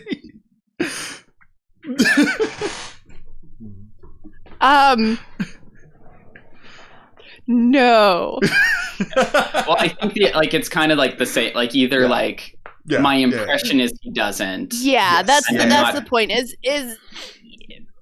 Luka has never seen Rafe use Allomancy. He's never heard him talk about it. He's never asked him point blank, "Hey, are you an Allomancer? What kind of Allomancy do you use?" Essentially, it's kind of assumed that if Luka's ever talked about his Allomancy and they've had that conversation, Rafe would have probably said something, right? Like it's yeah.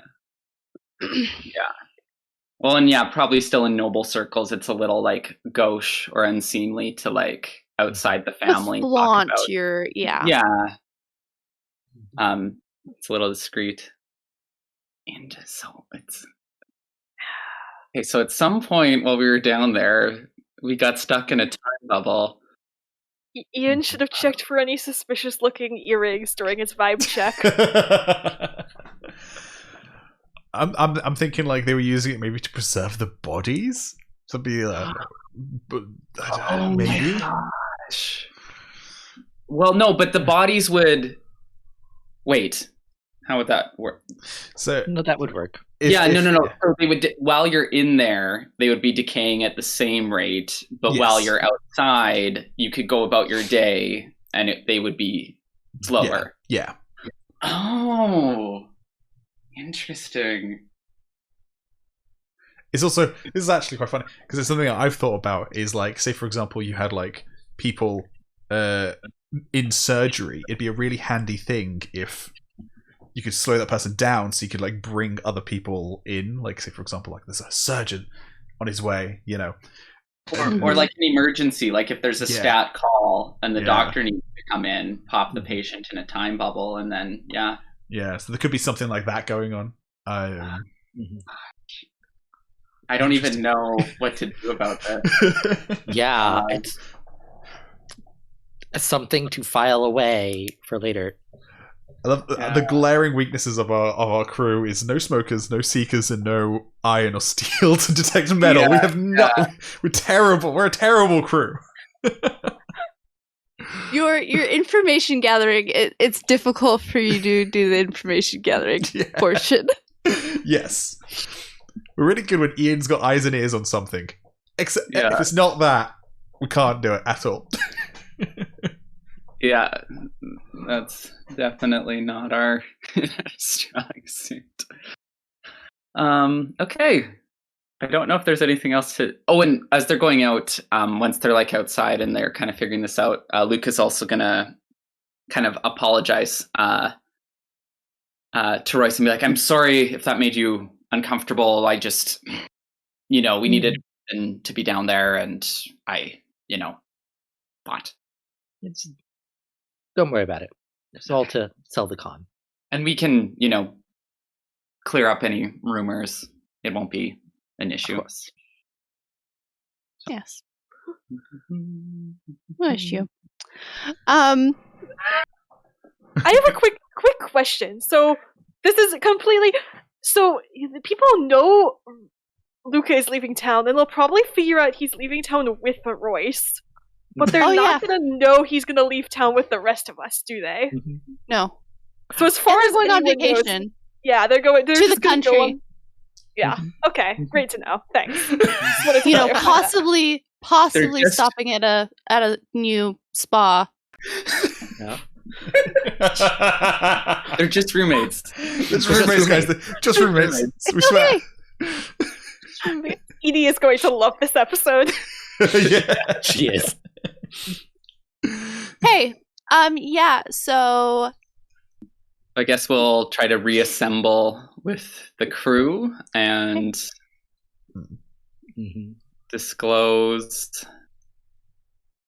yeah. The only thing that's nagging me is like Genevieve wasn't there, so if there would be a way for us to possibly like save her, but like I don't know how we could possibly tell like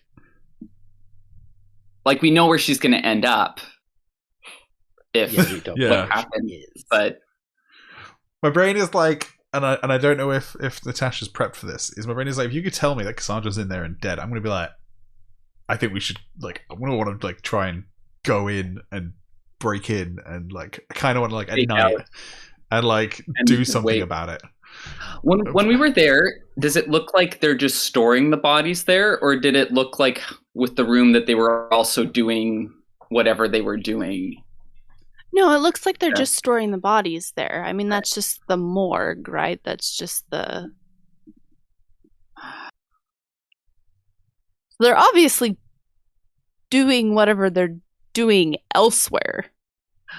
Okay, well, wait.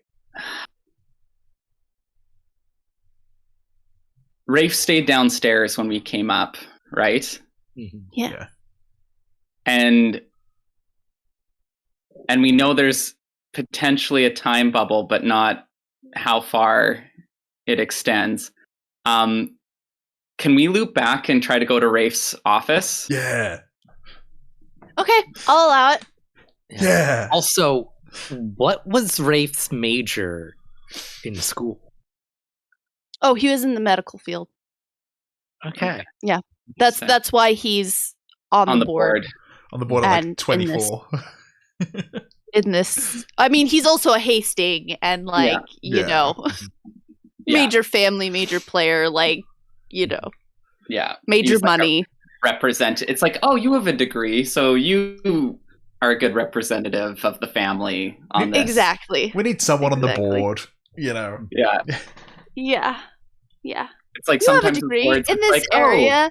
Oh, you like cars, so or like whatever. Yeah, exactly. Exactly. So yeah, so you And I'm assuming Rafe's office is like in an area that has like windows, so we could like, you know, kind of tell if time was being weird in his office. Or is his office also low down? B34. No. So How his is that? office. So yeah, so there's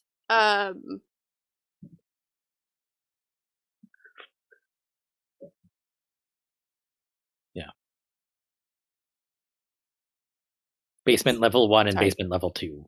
yes. Oh, okay. Okay. Gotcha. Okay. So, yeah. Yeah, and then on top there's that main auditorium and like Mhm. Sorry, my brain was doing a thing.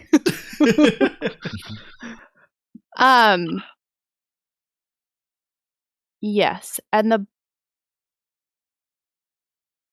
bubble seems to be like you would be able to figure out that the bubble seems to be focused around the medical building itself. That's a very large bubble. Interesting.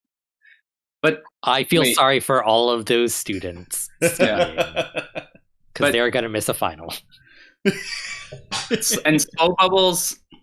This is maybe. Was it that slow bubbles could be larger than? Yeah.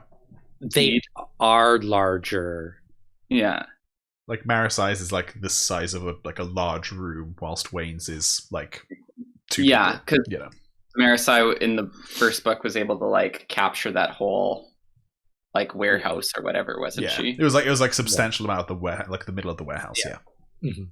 So anyway, so yeah, maybe we'll try to loop back and sneak into. So we're thinking, if we're going back into Rafe's office, we're likely also going back into the bubble as well, potentially. Yes. Okay. Can we see like the edge of the bubble? No, Because like there's usually like some sort of detectable haze at the edge. If you know what you're looking for. I'm going to have you roll wits. I do want to be starting to burn tin. Okay. Yeah, so you can add that as a die, or you can just roll your 10 instead if you'd rather. Wits plus 1 is more than my tin rating. So. Okay. I have a thought, but I'm not there, so I don't know. What's the difficulty? It is a difficulty of 3. 3. Okay, and I have 6.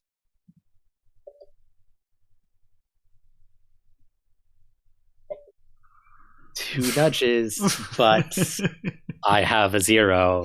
So unfortunate. Yeah, so you aren't exactly able to tell where the bubble starts and ends. Mm-hmm. But you do know that it's somewhere in the medical building or around the medical building, or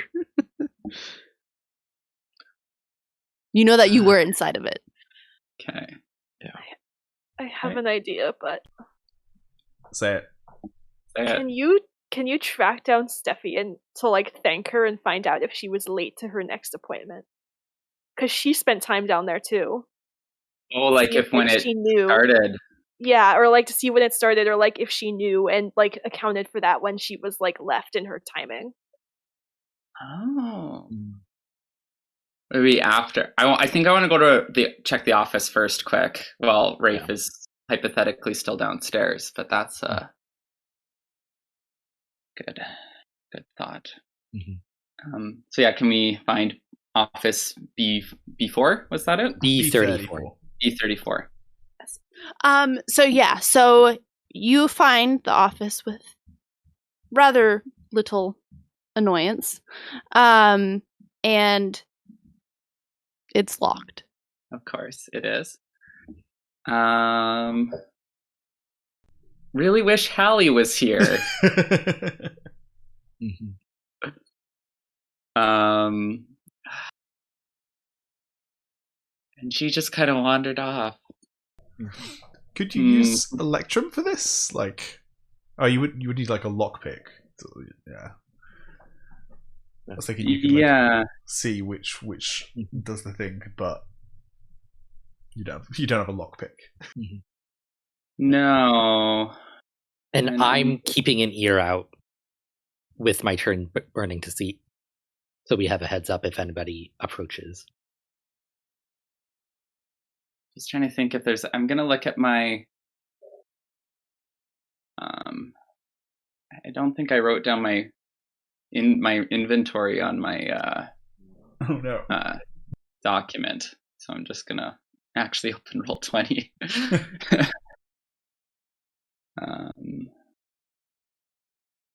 Check my character sheet. Okay, so I have. You can tell me if this wouldn't include this.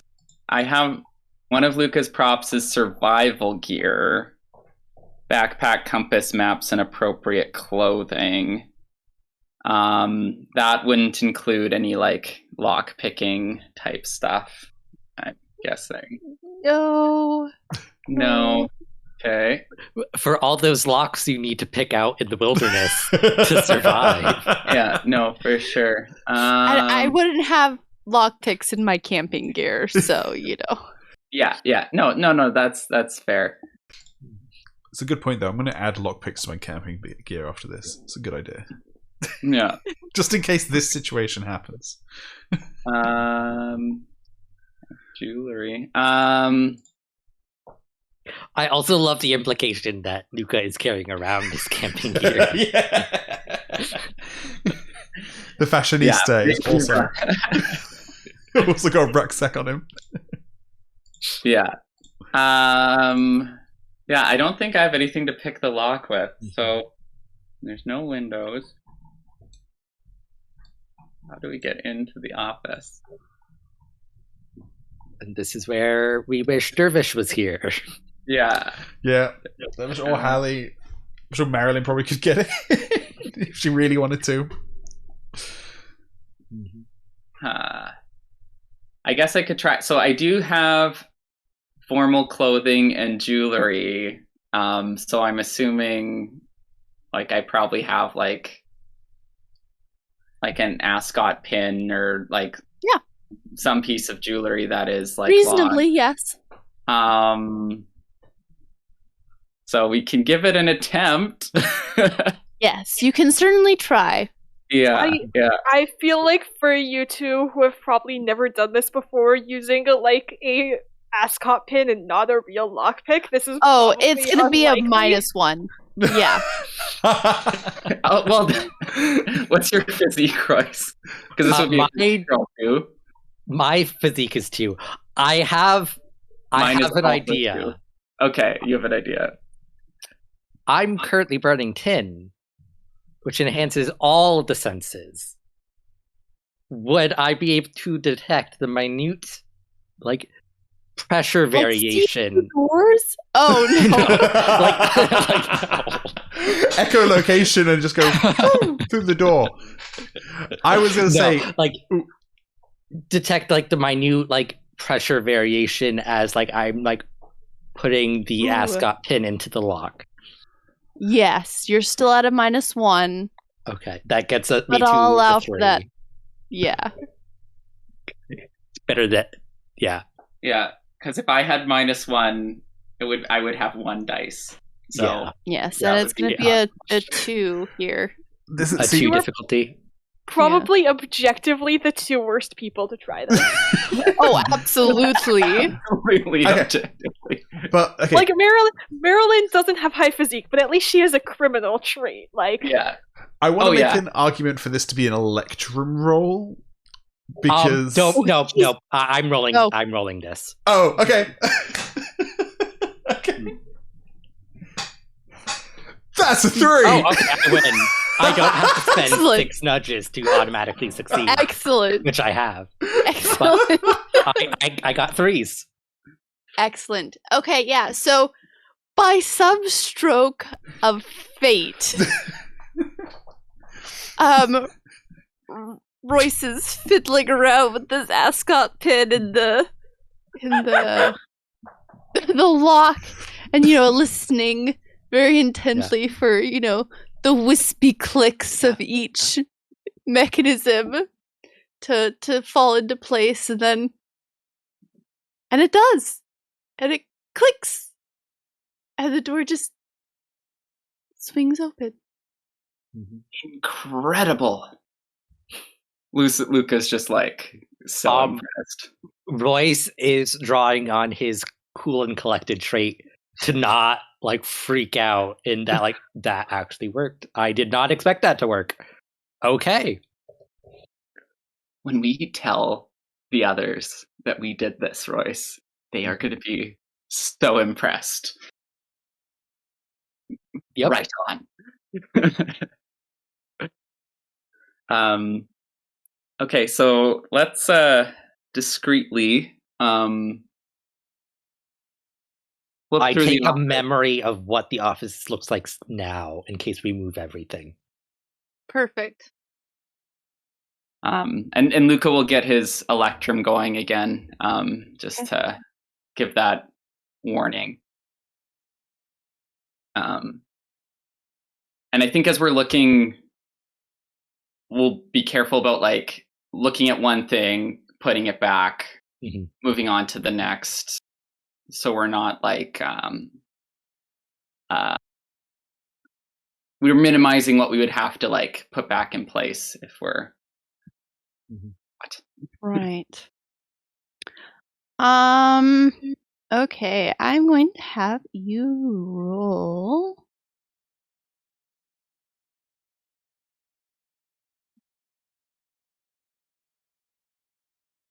Spirits of 3. Can I add a dice because I know Royce and kind of like You mean you know Rafe? Rafe. Oh my gosh. I don't know how I help you here. Yeah, because I know Freudian slip much. Yeah, because I know Raph, because so I might kind of know where he, like how he likes organizing how he things. thinks. Yeah. Okay. And sorry, you said difficulty 3? Mm-hmm. And spirits. Okay.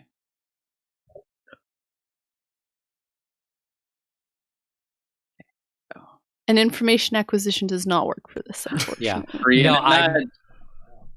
Yeah. 3 and a nudge. Woo! Oh. I'm just I just scrolled down my character sheet and was reminded I have the lie detector trait. Wait, I wasn't running 10 when I made those rolls, so never mind. I am no longer upset at myself. Okay. So spirits. Do I get a +1 for burning tin at the moment? Actually, yes. Okay. Because this is something different now for you to pick up on. 4s. Finally, you're making spirits rolls. Yeah. Woo! Okay. So first, Luka, you are looking around the office, and you are picking up things, putting them back, picking up things, putting them back. And your hand, you kind of like feel around the inside of like one of the vases. Okay. And like, it like has some like a little floral arrangement, right? And it's like it's got some like moss at the bottom of it, and tucked inside, like down in the dirt of the vase, is a key. Excellent.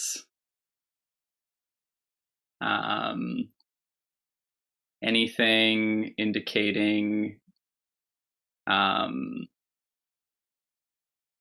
like what the key is for? Like, does it have a label or a tag? Inscribed in it is B35.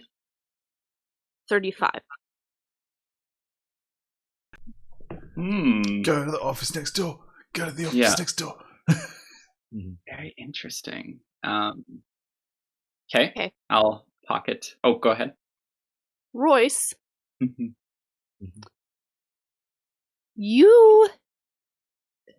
the hallway outside is quiet. Oh gosh. And for the most part, that seems, normal. It's finals week. Most people are off, doing things, studying, whatever. And then you hear footfalls, but they're not human footfalls. They're the footfalls of a dog. And it's coming down the hall right towards you. Oh no. I'm assuming we closed the door behind us. Mm-hmm. I'm going to motion for like Luka to like stop moving and just like you hear like the four padded feet pause outside the door. And there's kind of like this moment of quiet. Mhm. And there's a dink. And then it continues on.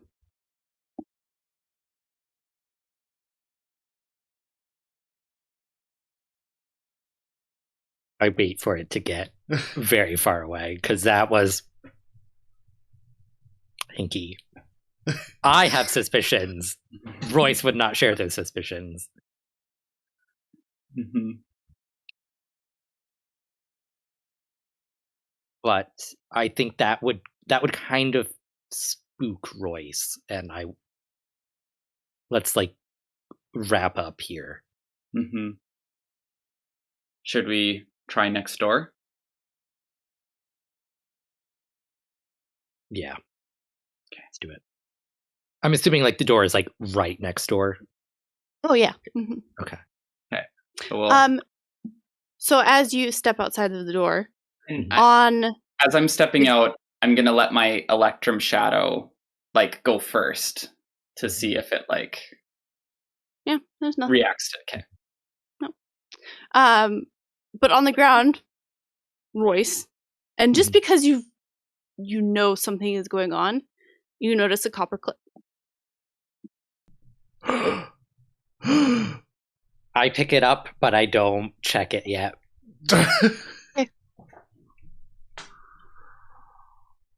What? What? And if possible, like I want to do that without Luka noticing.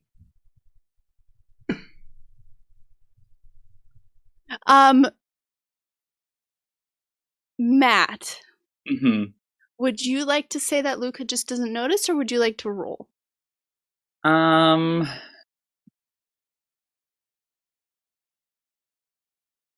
I'd say Luka is looking like he's very focused on the mission and has kind of like adrenaline, and he's also like kind of looking forward, like he took the lead with his like Electrum Shadow.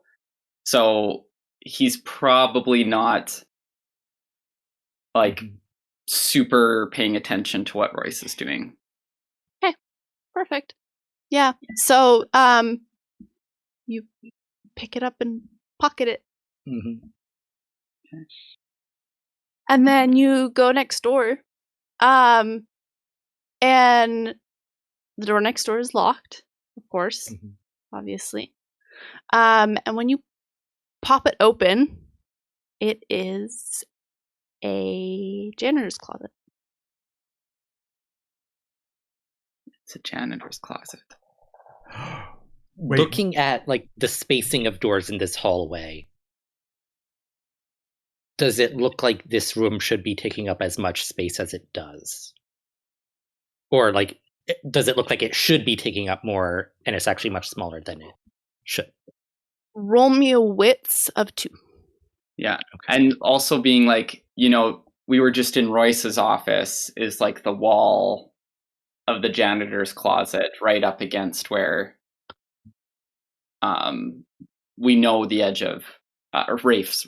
Oh my gosh. This is You did it again. I was going to let it slide. Yeah. Rafe's. 4s and a nudge. Nice. Okay. So it seems the janitor's closet, spacing wise, seems correct, but like depth wise does not. So it's shallower than it should be. Let me start. Like, do you share this, Royce? I would. Yeah. And I still don't hear anyone getting anywhere close to us.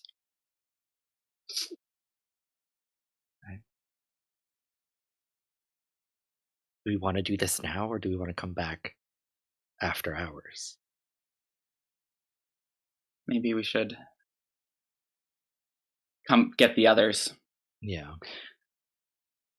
Royce, is your tin still burning? It is. It one charge lasts an hour. So Okay. Roll me that the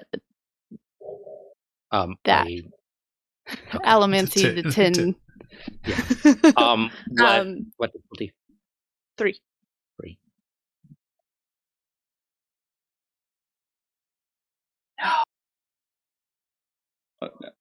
Oh no. I got 1 nudge, which brings me to 9 nudges. I'm going to spend them all to succeed.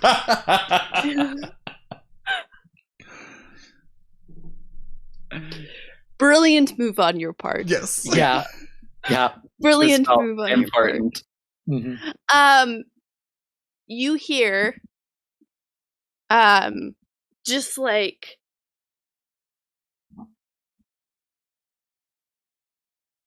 Very quiet.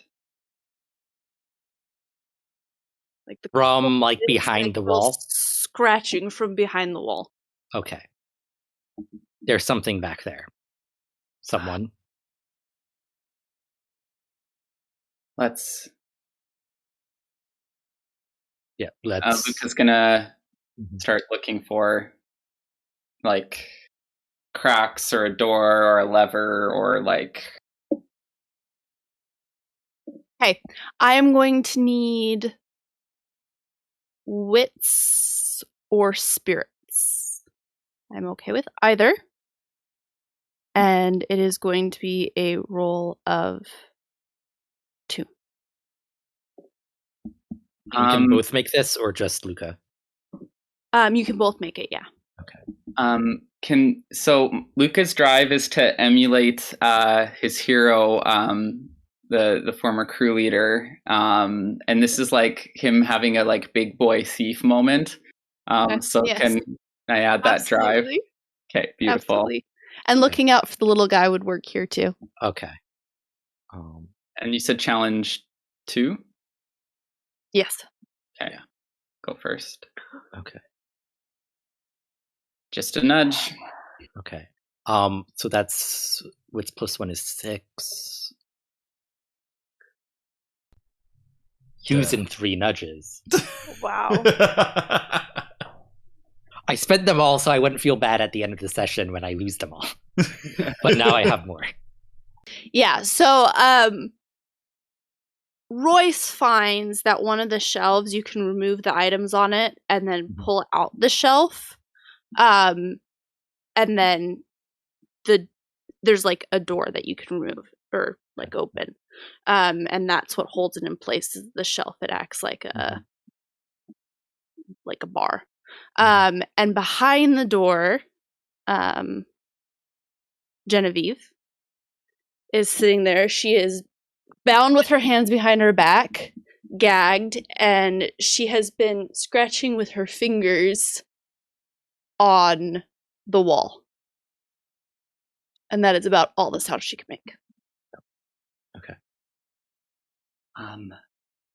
And she looks at you with her huge green eyes, and she... Luka's gonna be like, shh, and he's gonna like lower the gag and start like untying her. And she stays very quiet. Okay. And then it's just gonna be like, let's get back to the place. Yeah.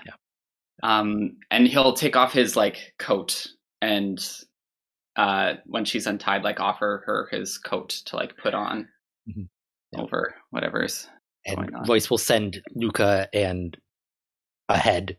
He will rearrange everything, close the door, the secret door, put everything back, lock the door, put the key back into the pot, and then lock the door and close it behind him before following. Perfect. Okay. And yeah, and Luka will keep his, I think, I need to look up how long Electrum lasts, but he'll keep his shadow going as long as it can to, you know, until they're like kind of off campus. Yeah, and when you get outside, you notice that bubble has kind of, it's ended, and that your watch is probably a couple hours behind. So you've definitely lost some time. And you're still not sure what was going on there. Yeah. But something was going on. Yeah, and you make it off campus safely. Oh my god! Oh my god! Yay. Yeah! Yay! we saved Genevieve, but oh my god, That was tense. that was tense. I'm glad you guys didn't leave and go back. Yes, Yeah. leave or go back, and that Ian spent Those nudges. 9 nudges. 9 nudges. Because I was like, oh, he's gonna hear someone coming, so we should like leave and come back. That's also what I was thinking. Because regardless, you were asking for a role. We're at a tense situation. I need to succeed. Mm-hmm. Okay. Yep. So yeah, I guess we go back with Jenny to the brass ladle, our compromised hideout. Yeah. And Genevieve, once you're kind of to a safer location, she breaks down sobbing. And she doesn't seem to care where you're taking her.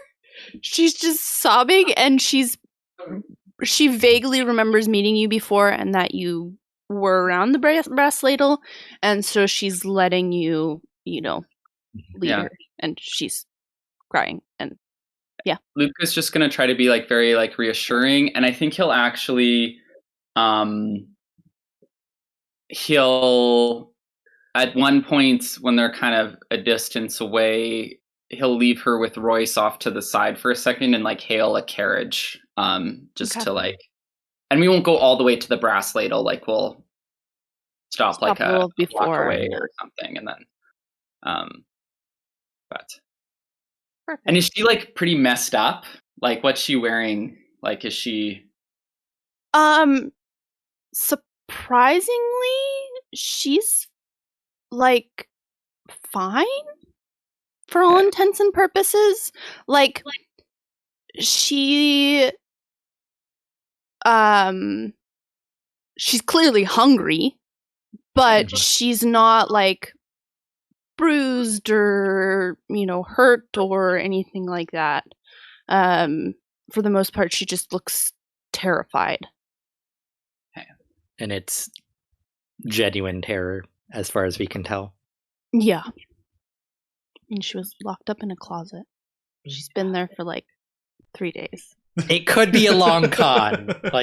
Just two saying. Yeah. I ate contaminated shrimp. Sometimes you do things to sell a con. Yeah. It's true. It's true. But yes, it looks like genuine terror. Okay. Okay, but back at the brass ladle, Marelyn is upstairs, and she is waiting for Dervish to get off work, and in walks Ghost, and he seems to just at this point be walking in. He doesn't skulk in like he normally does, or make, kind of scooting in. He's I belong here now. This is, I'm part of the crew kind of deal. And he comes in and he, pulls up a chair and he sits next to Marelyn and says, "Hey, boss." Hey, Ghost. We need to have a conversation about our little trip coming up. Oh, yeah. What should I pack? Okay. So, that's very important. You need to pack light, but make sure you talk to a chef about what to bring. Marelyn has no idea what to bring to the rough, so she's kind of But more importantly, if you're gonna be on part of this crew, you need to promise me that when we're out in the field, you're going to listen to what I say, okay? I'm the crew leader, and so I need you... I need you to make sure that you are able to follow directions, and if I say something, even if it doesn't seem right to you, like if we're in danger and I tell you to do something, you need to make sure to do it. Okay, boss. Okay. Does he seem like he is just genuinely planning on doing that, or is he just saying that to get me off his back? Oh no, he seems like he's genuinely so stoked to be there, and he seems like he is genuinely going to take orders. Like, so long as, like, I mean, he's 12, right? He means that he has the same intent as any other 12-year-old to be obedient, right? Like, okay. He's saying that now. Does that necessarily mean at the time he's going to? We don't know. But yes, he is being fully honest in this moment. Okay.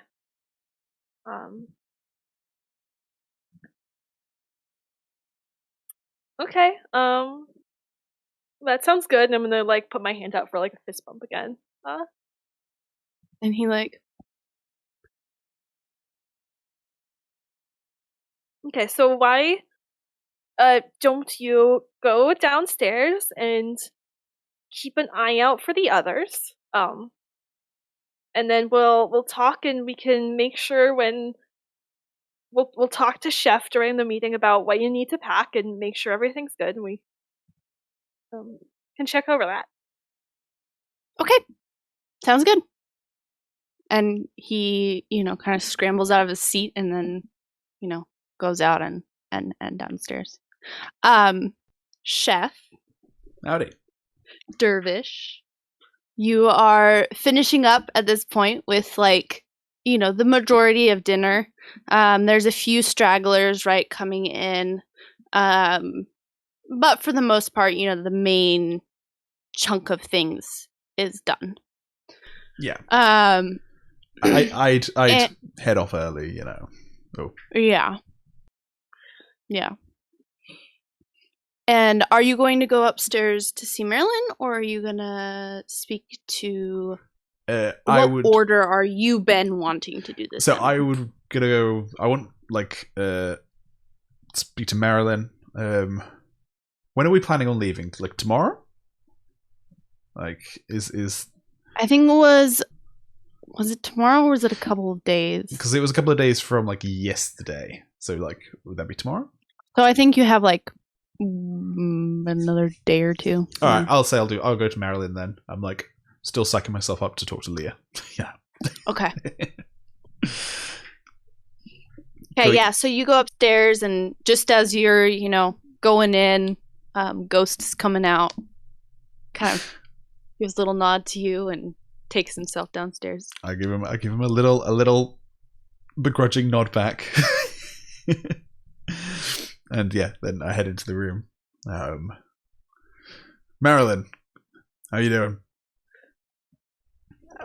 Doing okay. Just having a talk with Ghost about our trip. We'll need to... I don't really know what to pack to the rush, so we'll need some advice on that, as will he. Oh, okay. Yeah, I'll God, is he really going to be coming with us? Okay. Yeah, I'll I don't really know, I lived there for most of my life, but I haven't been there in so long. I don't know what to take. I guess a big hat. It's warm out there. And it'll keep the sun off you. But now I'll think on that. Probably want some water supplies. Because it's not like the basin. I'd imagine Ghost is probably like going to hear that and buy like the biggest hat possible. Like so big it like doesn't even really fit on him. Like boom. Sombrero. Yeah. Shy. Yeah. So Marelyn, did you manage to get rid of the spoils from our previous venture? I didn't take out the gold, put it on the table. Excellent. We'll have to split it 5 ways before we go. I imagine your share is just gonna go here again. Yeah, I'll just stay here. I'll have our money people, incorporate it somehow as they as they do. I've been wanting to talk to you as well, actually. After the other night, I've never really asked what happened between you and Eddie. I know you guys kind of went your separate ways, but what's going on there?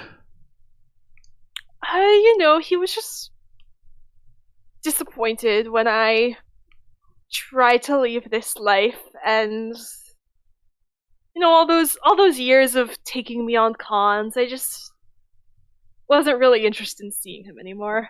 I didn't realize you tried to leave this our business. I spent some time at a soothing parlor, but that didn't work out. That's a shame to hear. So you guys are on good terms then? Or are you? Is it just a bit awkward? We don't speak much. About. Okay. How do we have to worry about him? Do you think? I've been trying to get in touch with him, but I expect if anything, he'll just disappear. Yeah, he's pretty good at that. I remember. Yeah, that's all I had. So yeah. Unless you had anything else, Grace. I was just gonna say, if you wanted, you could possibly, if you thought Dervish would be suspicious at all, you could check to see how Marelyn is acting to this line of questioning. Okay. Also, I'll point out to Grace that revealing a secret is a point of character advancement. Nice.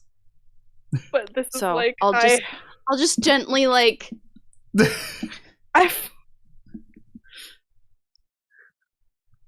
I'll leave that up to you. I think for now she's maybe being a little bit noticeably cagey. I don't know if Dervish would want to read into that, but I think Ben noticed that. And I was if I didn't know better, I would think you would knew something, and that's why you were asking about this. When you said that, I was oh, did he somehow find out as a player? I haven't found out anything. I was just curious. I just wanted to know more about your backstory because I was curious. Okay. But I think Marelyn would not spill this secret, especially right now. Especially to him. Okay. Oh, now you've. Now I want to make it a roll. Do I want to see if she's being intentionally cagey? I don't know. I feel like I'd respect people's secrets. I feel like I'm the kind of Dervish is the kind of person who sees that someone's hiding something and isn't going to push too hard. This was, even asking this, I was like, oh, maybe this is a bit much, but Okay. Okay. So around that time, Ghost comes running up the stairs and into the room, and he says, "They're here." Who's here? You gotta be more specific, Ghost.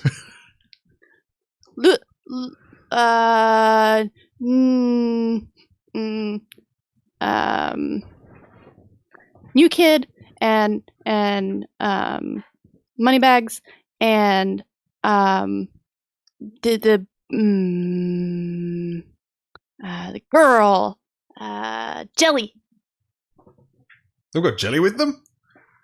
Yes. Oh, okay. I kind of get up to almost, and right shortly behind him, here comes Luka and Royce, and with Jelly just Yeah. between them. Luka's gonna see Ghost and say, Ghost, would you mind taking this lovely young lady and getting her some food and something warm to drink? I can do that. Okay. And he'll kind of gesture for Genevieve to follow Ghost down so the group can talk quick. Yeah, and Ghost like takes her hand and like does this very like sweet little patting thing, and kind of leads her back to go get some food. So you found jelly? Yes.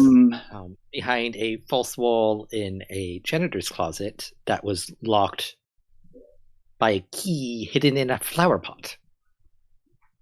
Also, there were bodies with holes, and one of them was, I forget her name, but Cassandra. Royce. Cassandra.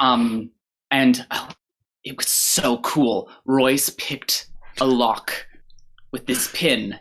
It was like real thief stuff. And now this is obviously very serious, but it was very cool as well, but very stressful. Something crazy is going on here. So you said there was a key. Who locked her up? It was the key was in Rafe Hastings' office. Rafe, the man who broke your heart, Rafe. And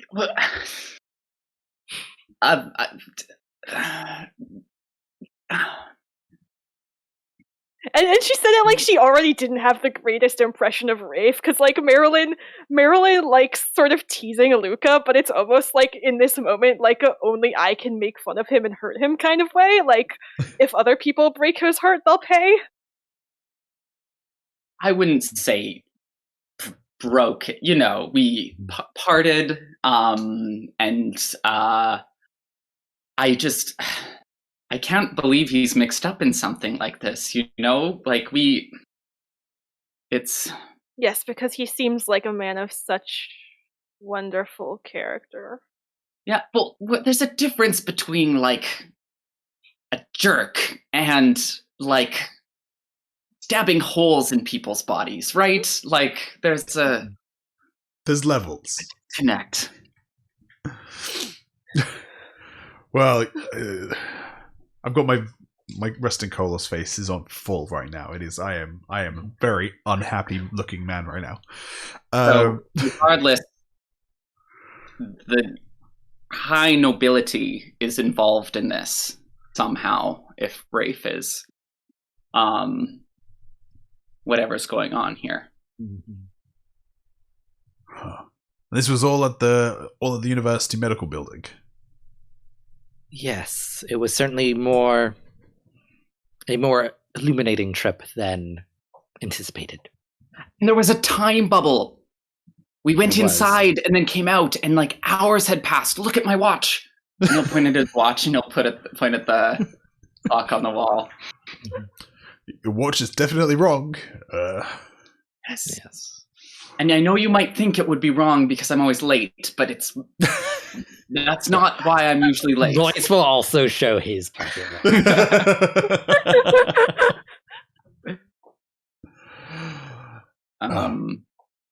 So yeah, well, so what do we? Okay, so you said you found bodies, including Cassandra's. Yes, breaks my heart to hear. But okay, and there was holes in the bodies. Mm-hmm. And were they like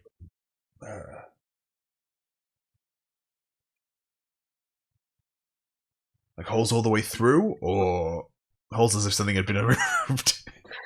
Ben says, knowing that they don't have the answer. We couldn't quite tell.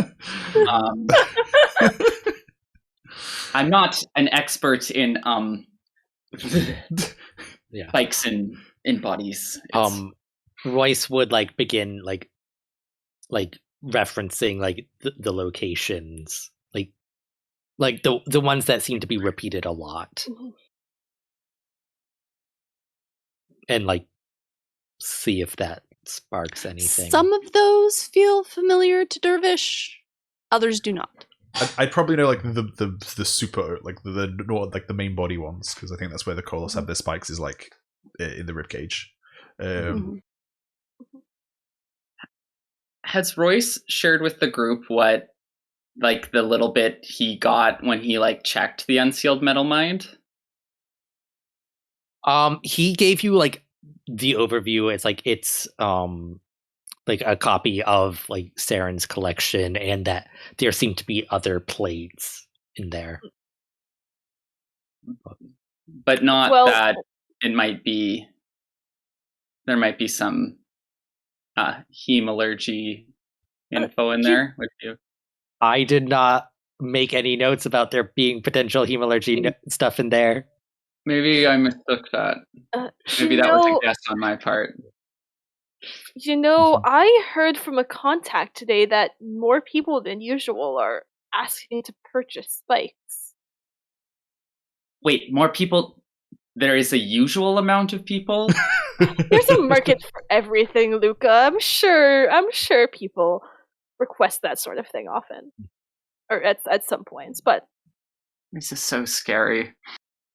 Yes. We'll have to take Jelly with us, of course. She knows too much and will probably be in danger if she stays, right? And I think we'll need to interview her sensitively and see what else she can tell us. I agree. Do we want to do it all at once, or should we just have one person? This isn't my forte. Should we just have one person talk to her? Or should we get her back in here? I think maybe if one person wants to take the lead, but the rest of us can stay and listen in case. And perhaps Ms. Dramali can soothe some of her emotions, calm her down.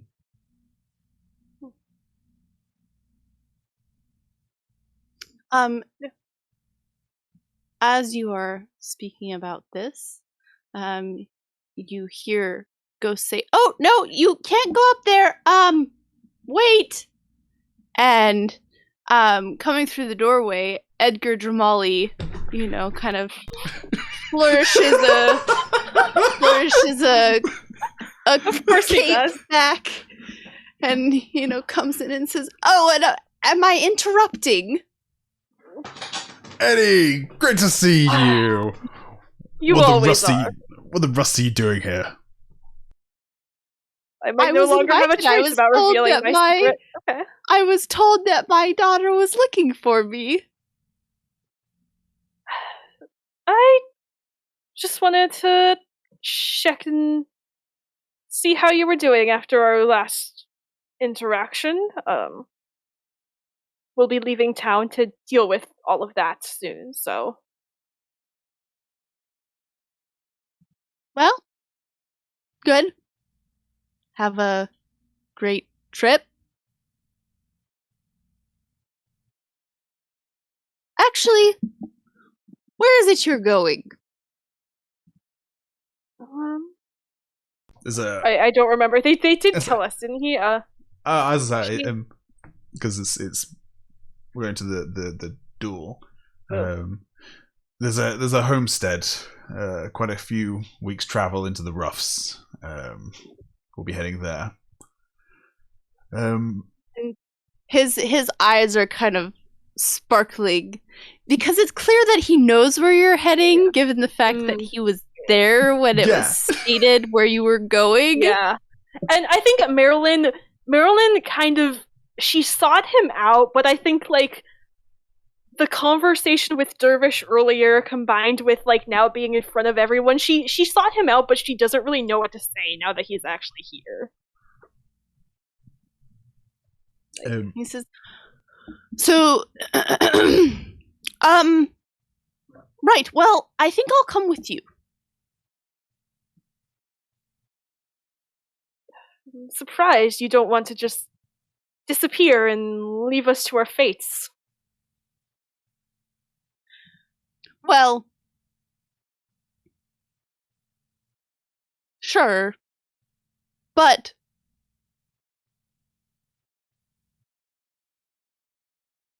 I have other reasons for wanting to get out of the city. Shouldn't be surprised. I'm curious as to your reasons for leaving. It was my understanding at some point you were going to go back. You were going to go back for that plate. I have my reason for leaving, but I'd figured you'd want to stick around to get that. I haven't heard that it had been found, so I assume it's still stuck in that roof.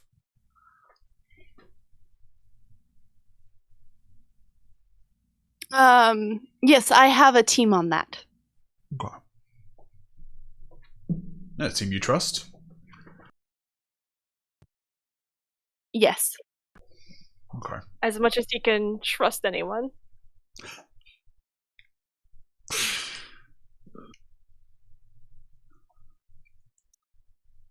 Okay. Trust them with the plate, not with my life. Oh, and you trust us with your life? No, but that's why I'm coming with you. That's fair enough. Okay, I get that now. Yeah, I guess you definitely have a reason for wanting to make sure I make it to that duel. I just kind of turn to the rest of them and go, well, looks like we've got another person joining us for our trip to the Roughs. Luka, Royce, do you guys know Eddie? You have any? I recognize you, sir, from an auction, I believe. Oh, yes! You're an Alarial. Well, yes. Fascinating. Is this like a fun little hobby of yours?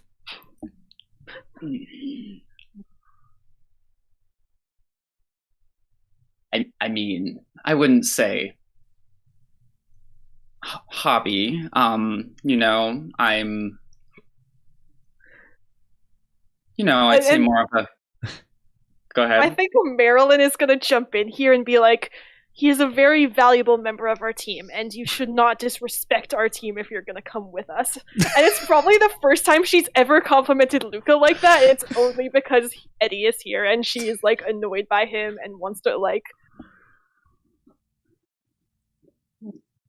Luka's, like, just delighted. Oh, well, pardon me then. Good Sir Alarial. I'll be more respectful of your highness. And of course, as you know, in the biz, we treat everyone in these circles and their various associations with a high degree of discretion. Of course.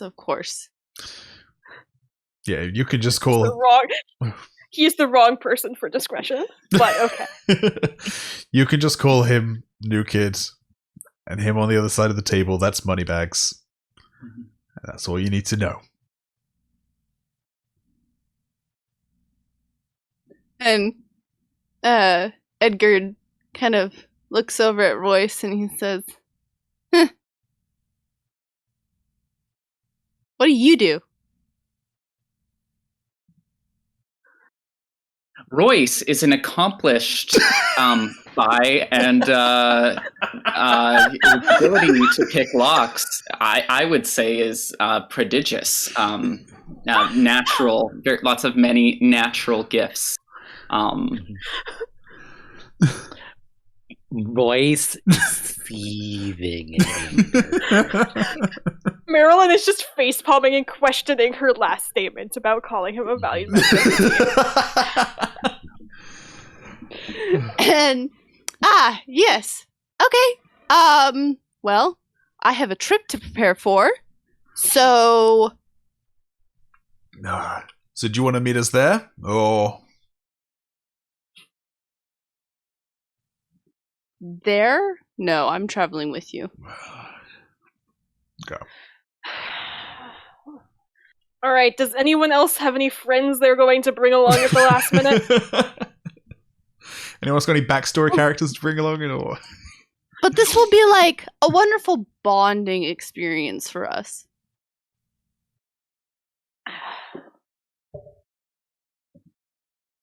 I guess You it's know, like another... the old days.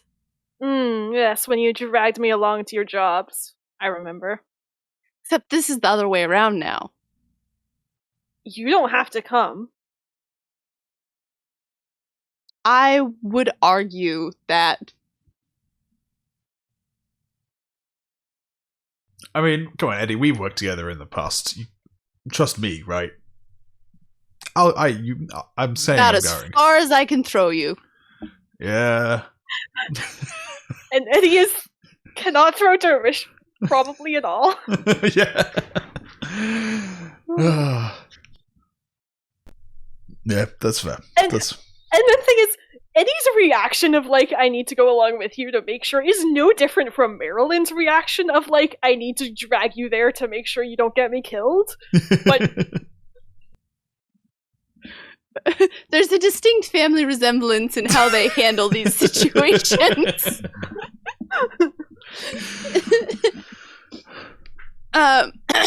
Yes, but Eddie kind of, he has his cape doesn't match the rest of his outfit, which makes you like wonder where he got it from. It's kind of this crushed red velvet, and it's obviously new because he keeps like doing this like little like swooshy thing with it, and then he says, "Well, I will see you day after tomorrow," and then he swooshes his cape and makes his exit. As soon as he's out and away, Royce is going to turn to Dervish and say, "And that is why you not reveal the location of a safe house to people you don't trust. Unexpected disturbances." Yeah, I think we've very thoroughly burned this as a meeting place. And revealed mine and Luka's association. Yeah, speaking of revealing people's associations, Luka, there's a reason we use code names around people. Do you mean when you mentioned Luka and Royce? I didn't. You I said said the names. You said Luka and Royce first. No, didn't he say? I said Moneybags and New Kid. Before that. Oh. Before Luka spoke, you said Luka and Royce. And Marelyn is slipping into the background, being like, okay, they're arguing with each other, they're not turning on me because he's my dad, and I was the one who was asking for him, I'll just stay silent. Royce. Luka's just gonna be like, I'm going to go check on Genevieve. Yeah. Because we didn't just have someone burst in. Yeah. You could not have thought of a more Eddie Tramali way for him to come talk to me. I'm going to keep arguing with Royce. That look, subtlety isn't my strong point. Okay. I've noticed. Yeah. And then Okay, so so who is talking to Jelly? All of you? One of you? I say, Luka, did you say you left to go check on her? Yeah, I was gonna go check on her and bring her up and make sure, Edgar wasn't distracting us while a SWAT team came in and No. So you, Luka, find her eating, Ghost is actually talking to her, and she seems to have calmed down. And Ghost is just talking about actually like a toad that he found the other day, and he's describing it in great detail. He's like, yeah, it had like these like bumpy spots, but they were like this strange mucusy yellow kind of color, and it was just like really cool. But this toad, like, it didn't really hop very high. It just kind of like more like slurped along the ground. I think it was sick, but I don't know. I didn't touch it because that wouldn't be very smart. And he's just kind of prattling on, but you're kind of getting the sense, Luka, that as he's talking, that Jelly is relaxing more, and that's why he's talking. And yeah, and so she eats, and you come up to her, and she's kind of, mellowed. And she looks up at you, and she says, I wanted to thank you for before. Yes. And sorry to interrupt you from Ghost's enchanting company. But if you're up to it, we have reason to believe you're not the only person this may have happened to or may be happening to, and we're kind of looking into it. So would you mind coming upstairs and sharing what you know or what you witnessed with us? Of course.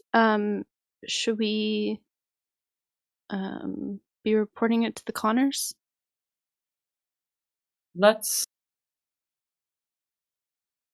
go through what happened first, and then we can take one step at a time. All right. And she follows you upstairs, and Ghost comes along, and he carries like her cup of tea that she's been drinking, and he just kind of, comes after. And she, Royce and Dervish are still having it out.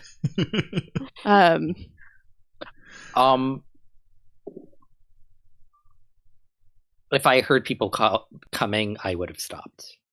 Okay, so you quiet down, and Luka brings in Genevieve Jelly, and she takes a seat, and Ghost puts the cup in front of her, and then he goes and takes his seat at, a different side of the table. Just like he belongs there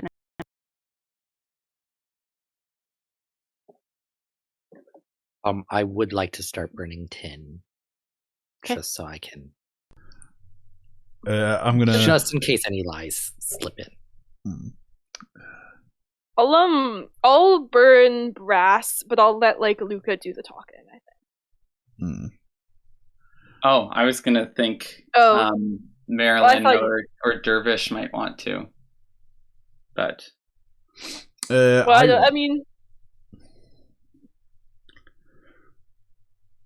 was just thinking that I might take Ghost out because if I tell him to leave, he's not going to. But this is kind of okay. I do have it. Yeah. Okay. The listening ear. Yeah, my empathetic ear. So I'm supposed to be good at this. Okay. I'm just gonna tell Ghost. I'm just gonna be like, Ghost. The adults have to do some talking. Could you go find something else to do right now? I think a very important mission would be to keep lookout because we don't want any more unannounced visitors. Yes. We're not upset about our last visitor. We want to make sure you get a second chance to kind of prove, that you're a good lookout, Ghost. Ghost looks at you all and he says, "Fine." I believe he in just you, Spook. walks I back believe out. in you, Ghost. He just walks back out and shuts the door behind him. He's definitely listening at that door. Yeah. I can hear if he's listening, presumably. Because I would have heard him walk away. Oh, he hasn't walked anywhere. This one. Okay. Marelyn didn't even bother because she's just sort of accepted at this point that he's going to be tagging along. So, I'm sorry, I only knew you as Jelly. Could I get your name? Ellie's fine. Okay. So Jelly, do you want to? These guys, they kind of gave me the rundown of what how they found you, but how did you find yourself in that situation? Well, I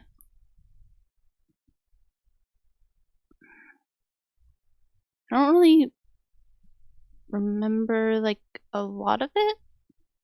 That's okay. You went through something traumatic. That's okay. But I remember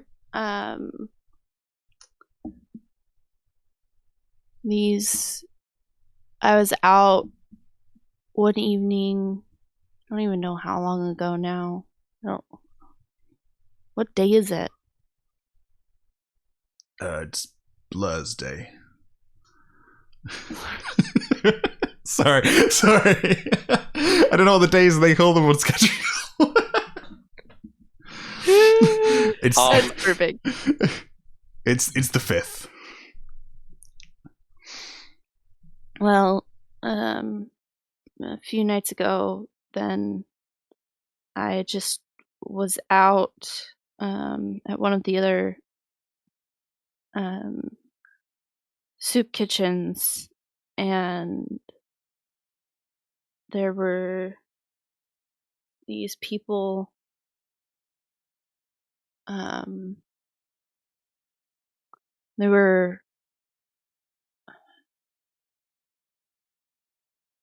they put on these robes after we were talking, and I just I felt safe with them. And then they wanted to show me something, and they said they could help me, and so I went with them, and they took me to the university, and then I don't really remember much after that except waking up in that small space. What did you need help with? Well, that doesn't really matter. And she kind of glances at Luka. She says it doesn't really matter. Make a note of that glance. And did these guys, did they say anything that might clue you into what it is that they wanted with you, or? No, they knew. Well, my family had fallen on some hard times, which is why I'm out here, and they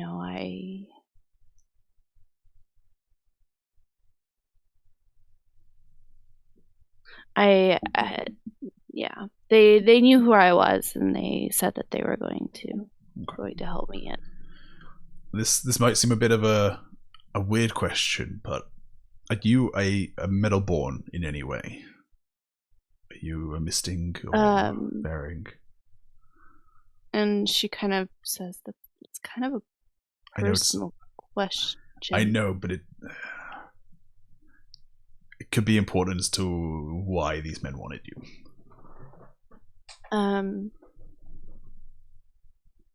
It's okay if you don't answer right now. That's okay. That's okay. Roll me charm. Cool. Can I add my empathetic ear? Yes, and it's a charm of 3. Cool. So I have 4 charm plus 1. 5. Hey, I got 4. Excellent. And she says it takes her a very long time. But you get this kind of feeling that she's maybe a little naive and maybe a little bit more trusting than she should be. Although skittish, like she has a deep desire to be trusting and to think the best of people, despite things.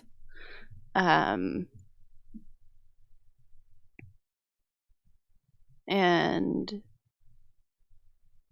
she says,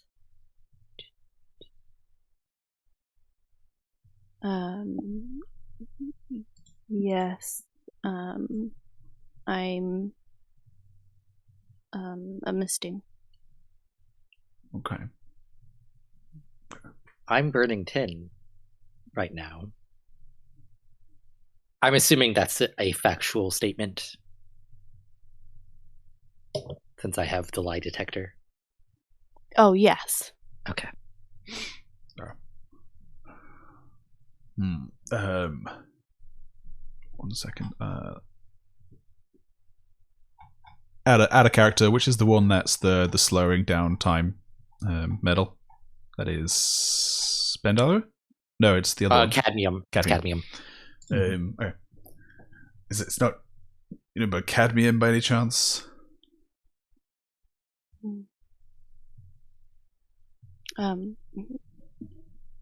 Yes. Okay. And did they give you any? Did you have any on you when you were taken?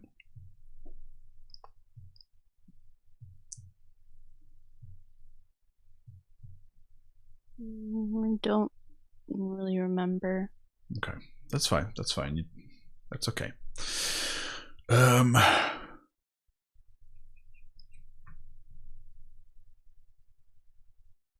I said, we've. I think it'd be best, at least for now, if you wanted to. Do you have a place you can go?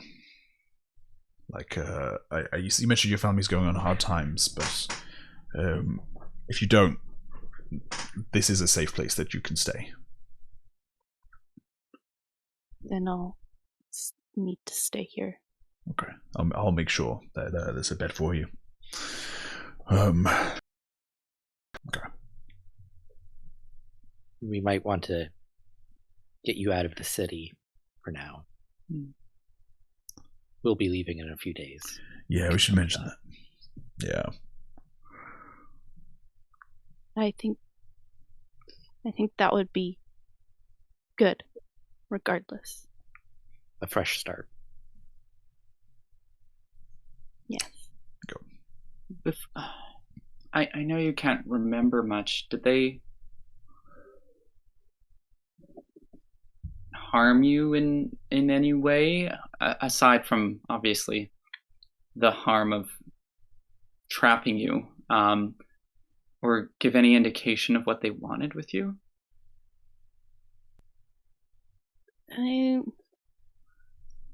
I vaguely remember hearing someone talking,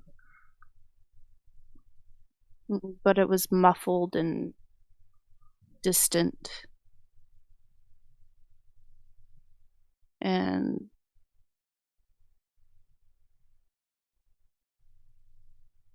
they were talking about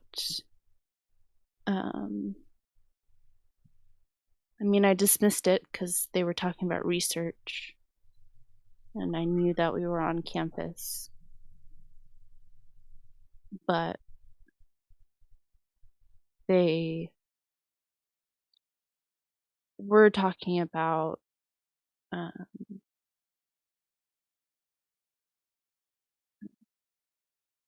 like an exchange.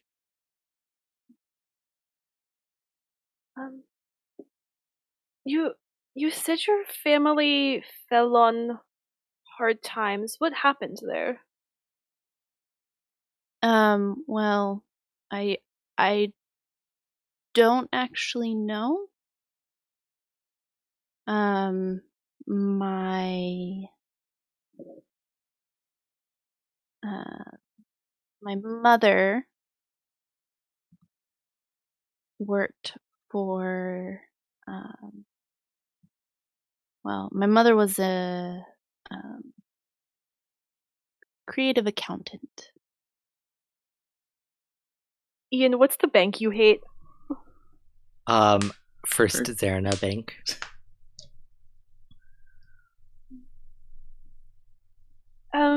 Did she work for First Zarina, or did you have any connections to there? Oh, no. She worked for someone else. But she passed away not too long ago.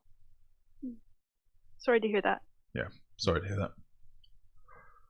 And there weren't any other prisoners or people being abducted that you would notice? Were you alone? Not that I had seen or heard. Can you describe, or do you know the people who were doing this to you?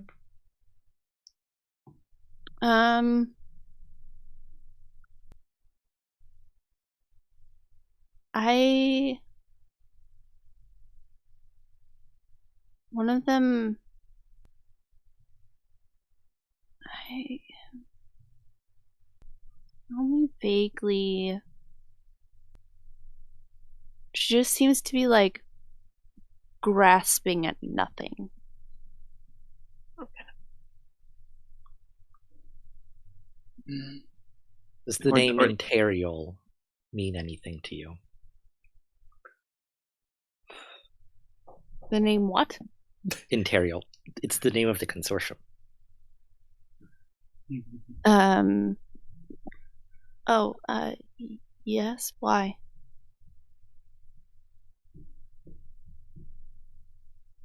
What does it mean to you? Well,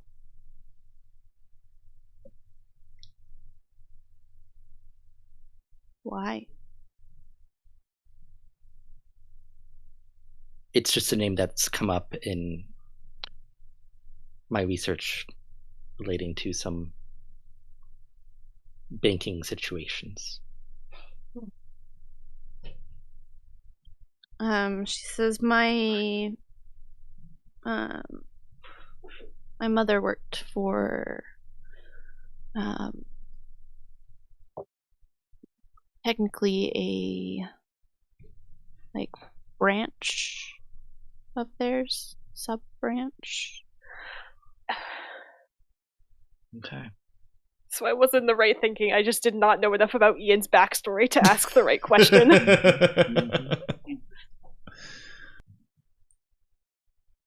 So you don't know the names of the people you initially started talking with? Oh, names.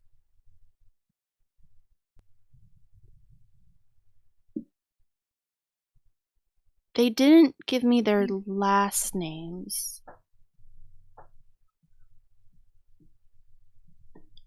But one was Mira, and the other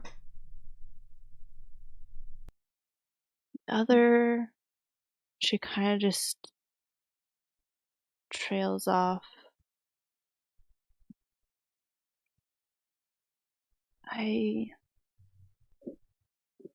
Mira and Gavon. Okay. This was two men, you say? Maybe a woman and a man. Okay. During the tea that Luka had with his grandma, did Sveth or anyone they were around call Mirabelle Mira for short? Not during the tea. No. Okay. Grace, I think. What? Oh, sorry, I couldn't. I haven't said anything. Okay. But Gavin was also the name of one of Beatrice's followers Oh. at the auction. Which I would. That would clue for, like, Luka would know those people, right? Like, he would Yeah, you were there. recognize the name Gavin. And I think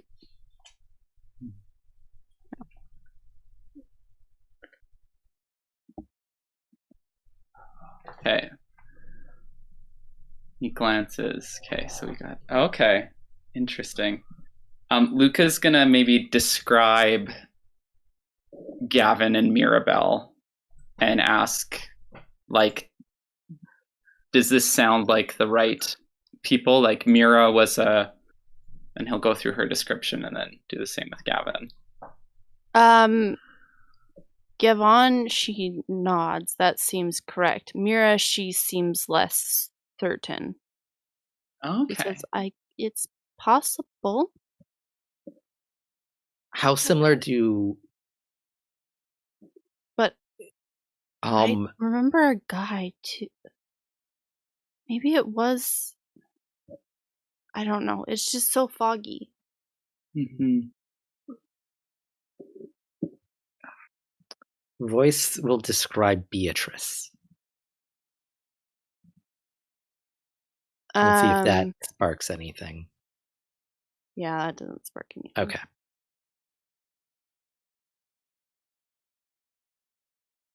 Interesting. Okay. Right. Well, maybe you should get some rest now.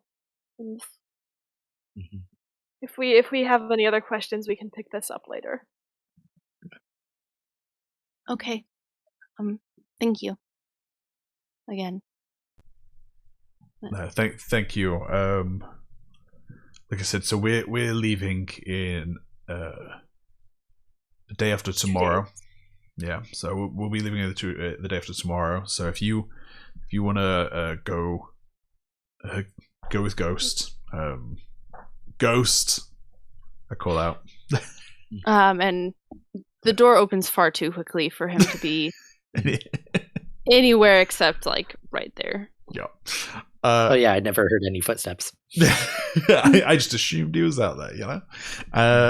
And could you make sure that Jelly finds somewhere to stay tonight, somewhere that she's comfortable with, you know? Yeah, absolutely. Thank you. And he kind of comes in and he like gently takes her hand and then, leads her out. Oh, a buttload of stuff there, guys. Okay. Alright, so frustratingly, I don't know if we're going to have time to do anything about this. Unless we go somewhere tomorrow. Well, I don't think we have time to Oh. dig into anything. we could speak with Gavin. Do we want to let them know that we're onto them? That we have that much information? I don't know. It just... These aren't villains. They're socialites. It doesn't make sense that these people would be mixed up with something. I think you're forgetting your Imperial history. Anyone Anyone's capable of anything. I'm sorry that your ex is caught up in this, Luka. But Marelyn mutters, I'm not so quietly under her breath. The Royce probably hears it burning tin, but I don't think any of the rest of you do. He did seem disappointed that we were there. I don't think he wants you to be involved with whatever he is, for your sake.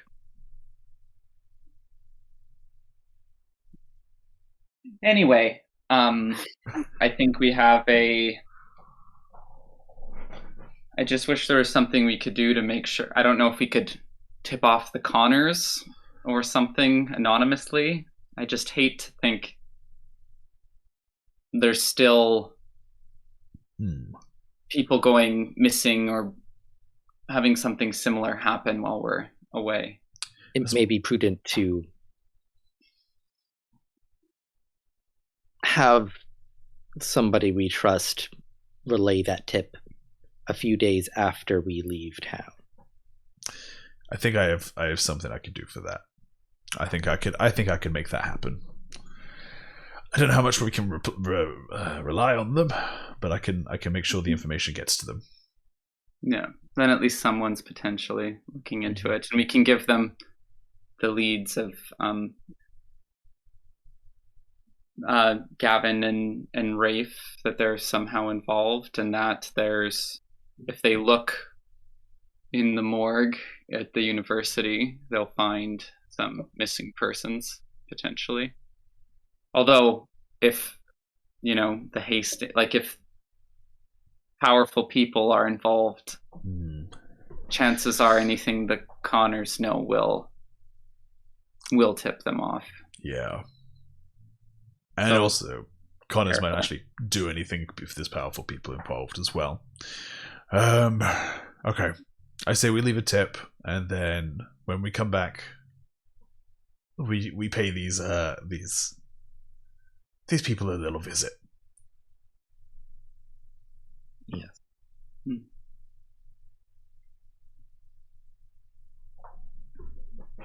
Okay. I think that's a good place to end the episode. That was a good shout with Gavin being one of Beatrice's. I even wrote down Gavin as one of Beatrice's thing, but it didn't even clock with me to look it up. And he's the one who I hope I have. Right? Yeah, I hope I have the timing right on that.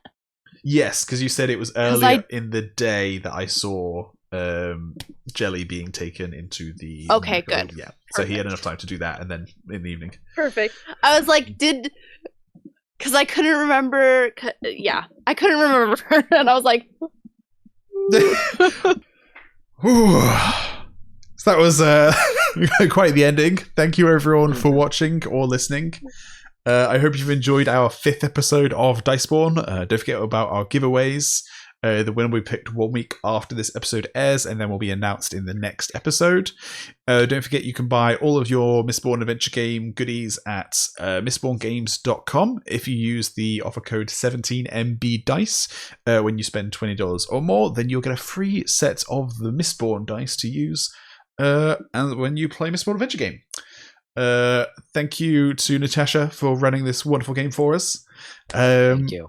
And then you can find the rest of us at 70shot.com for your news, theories, discussion, and fun.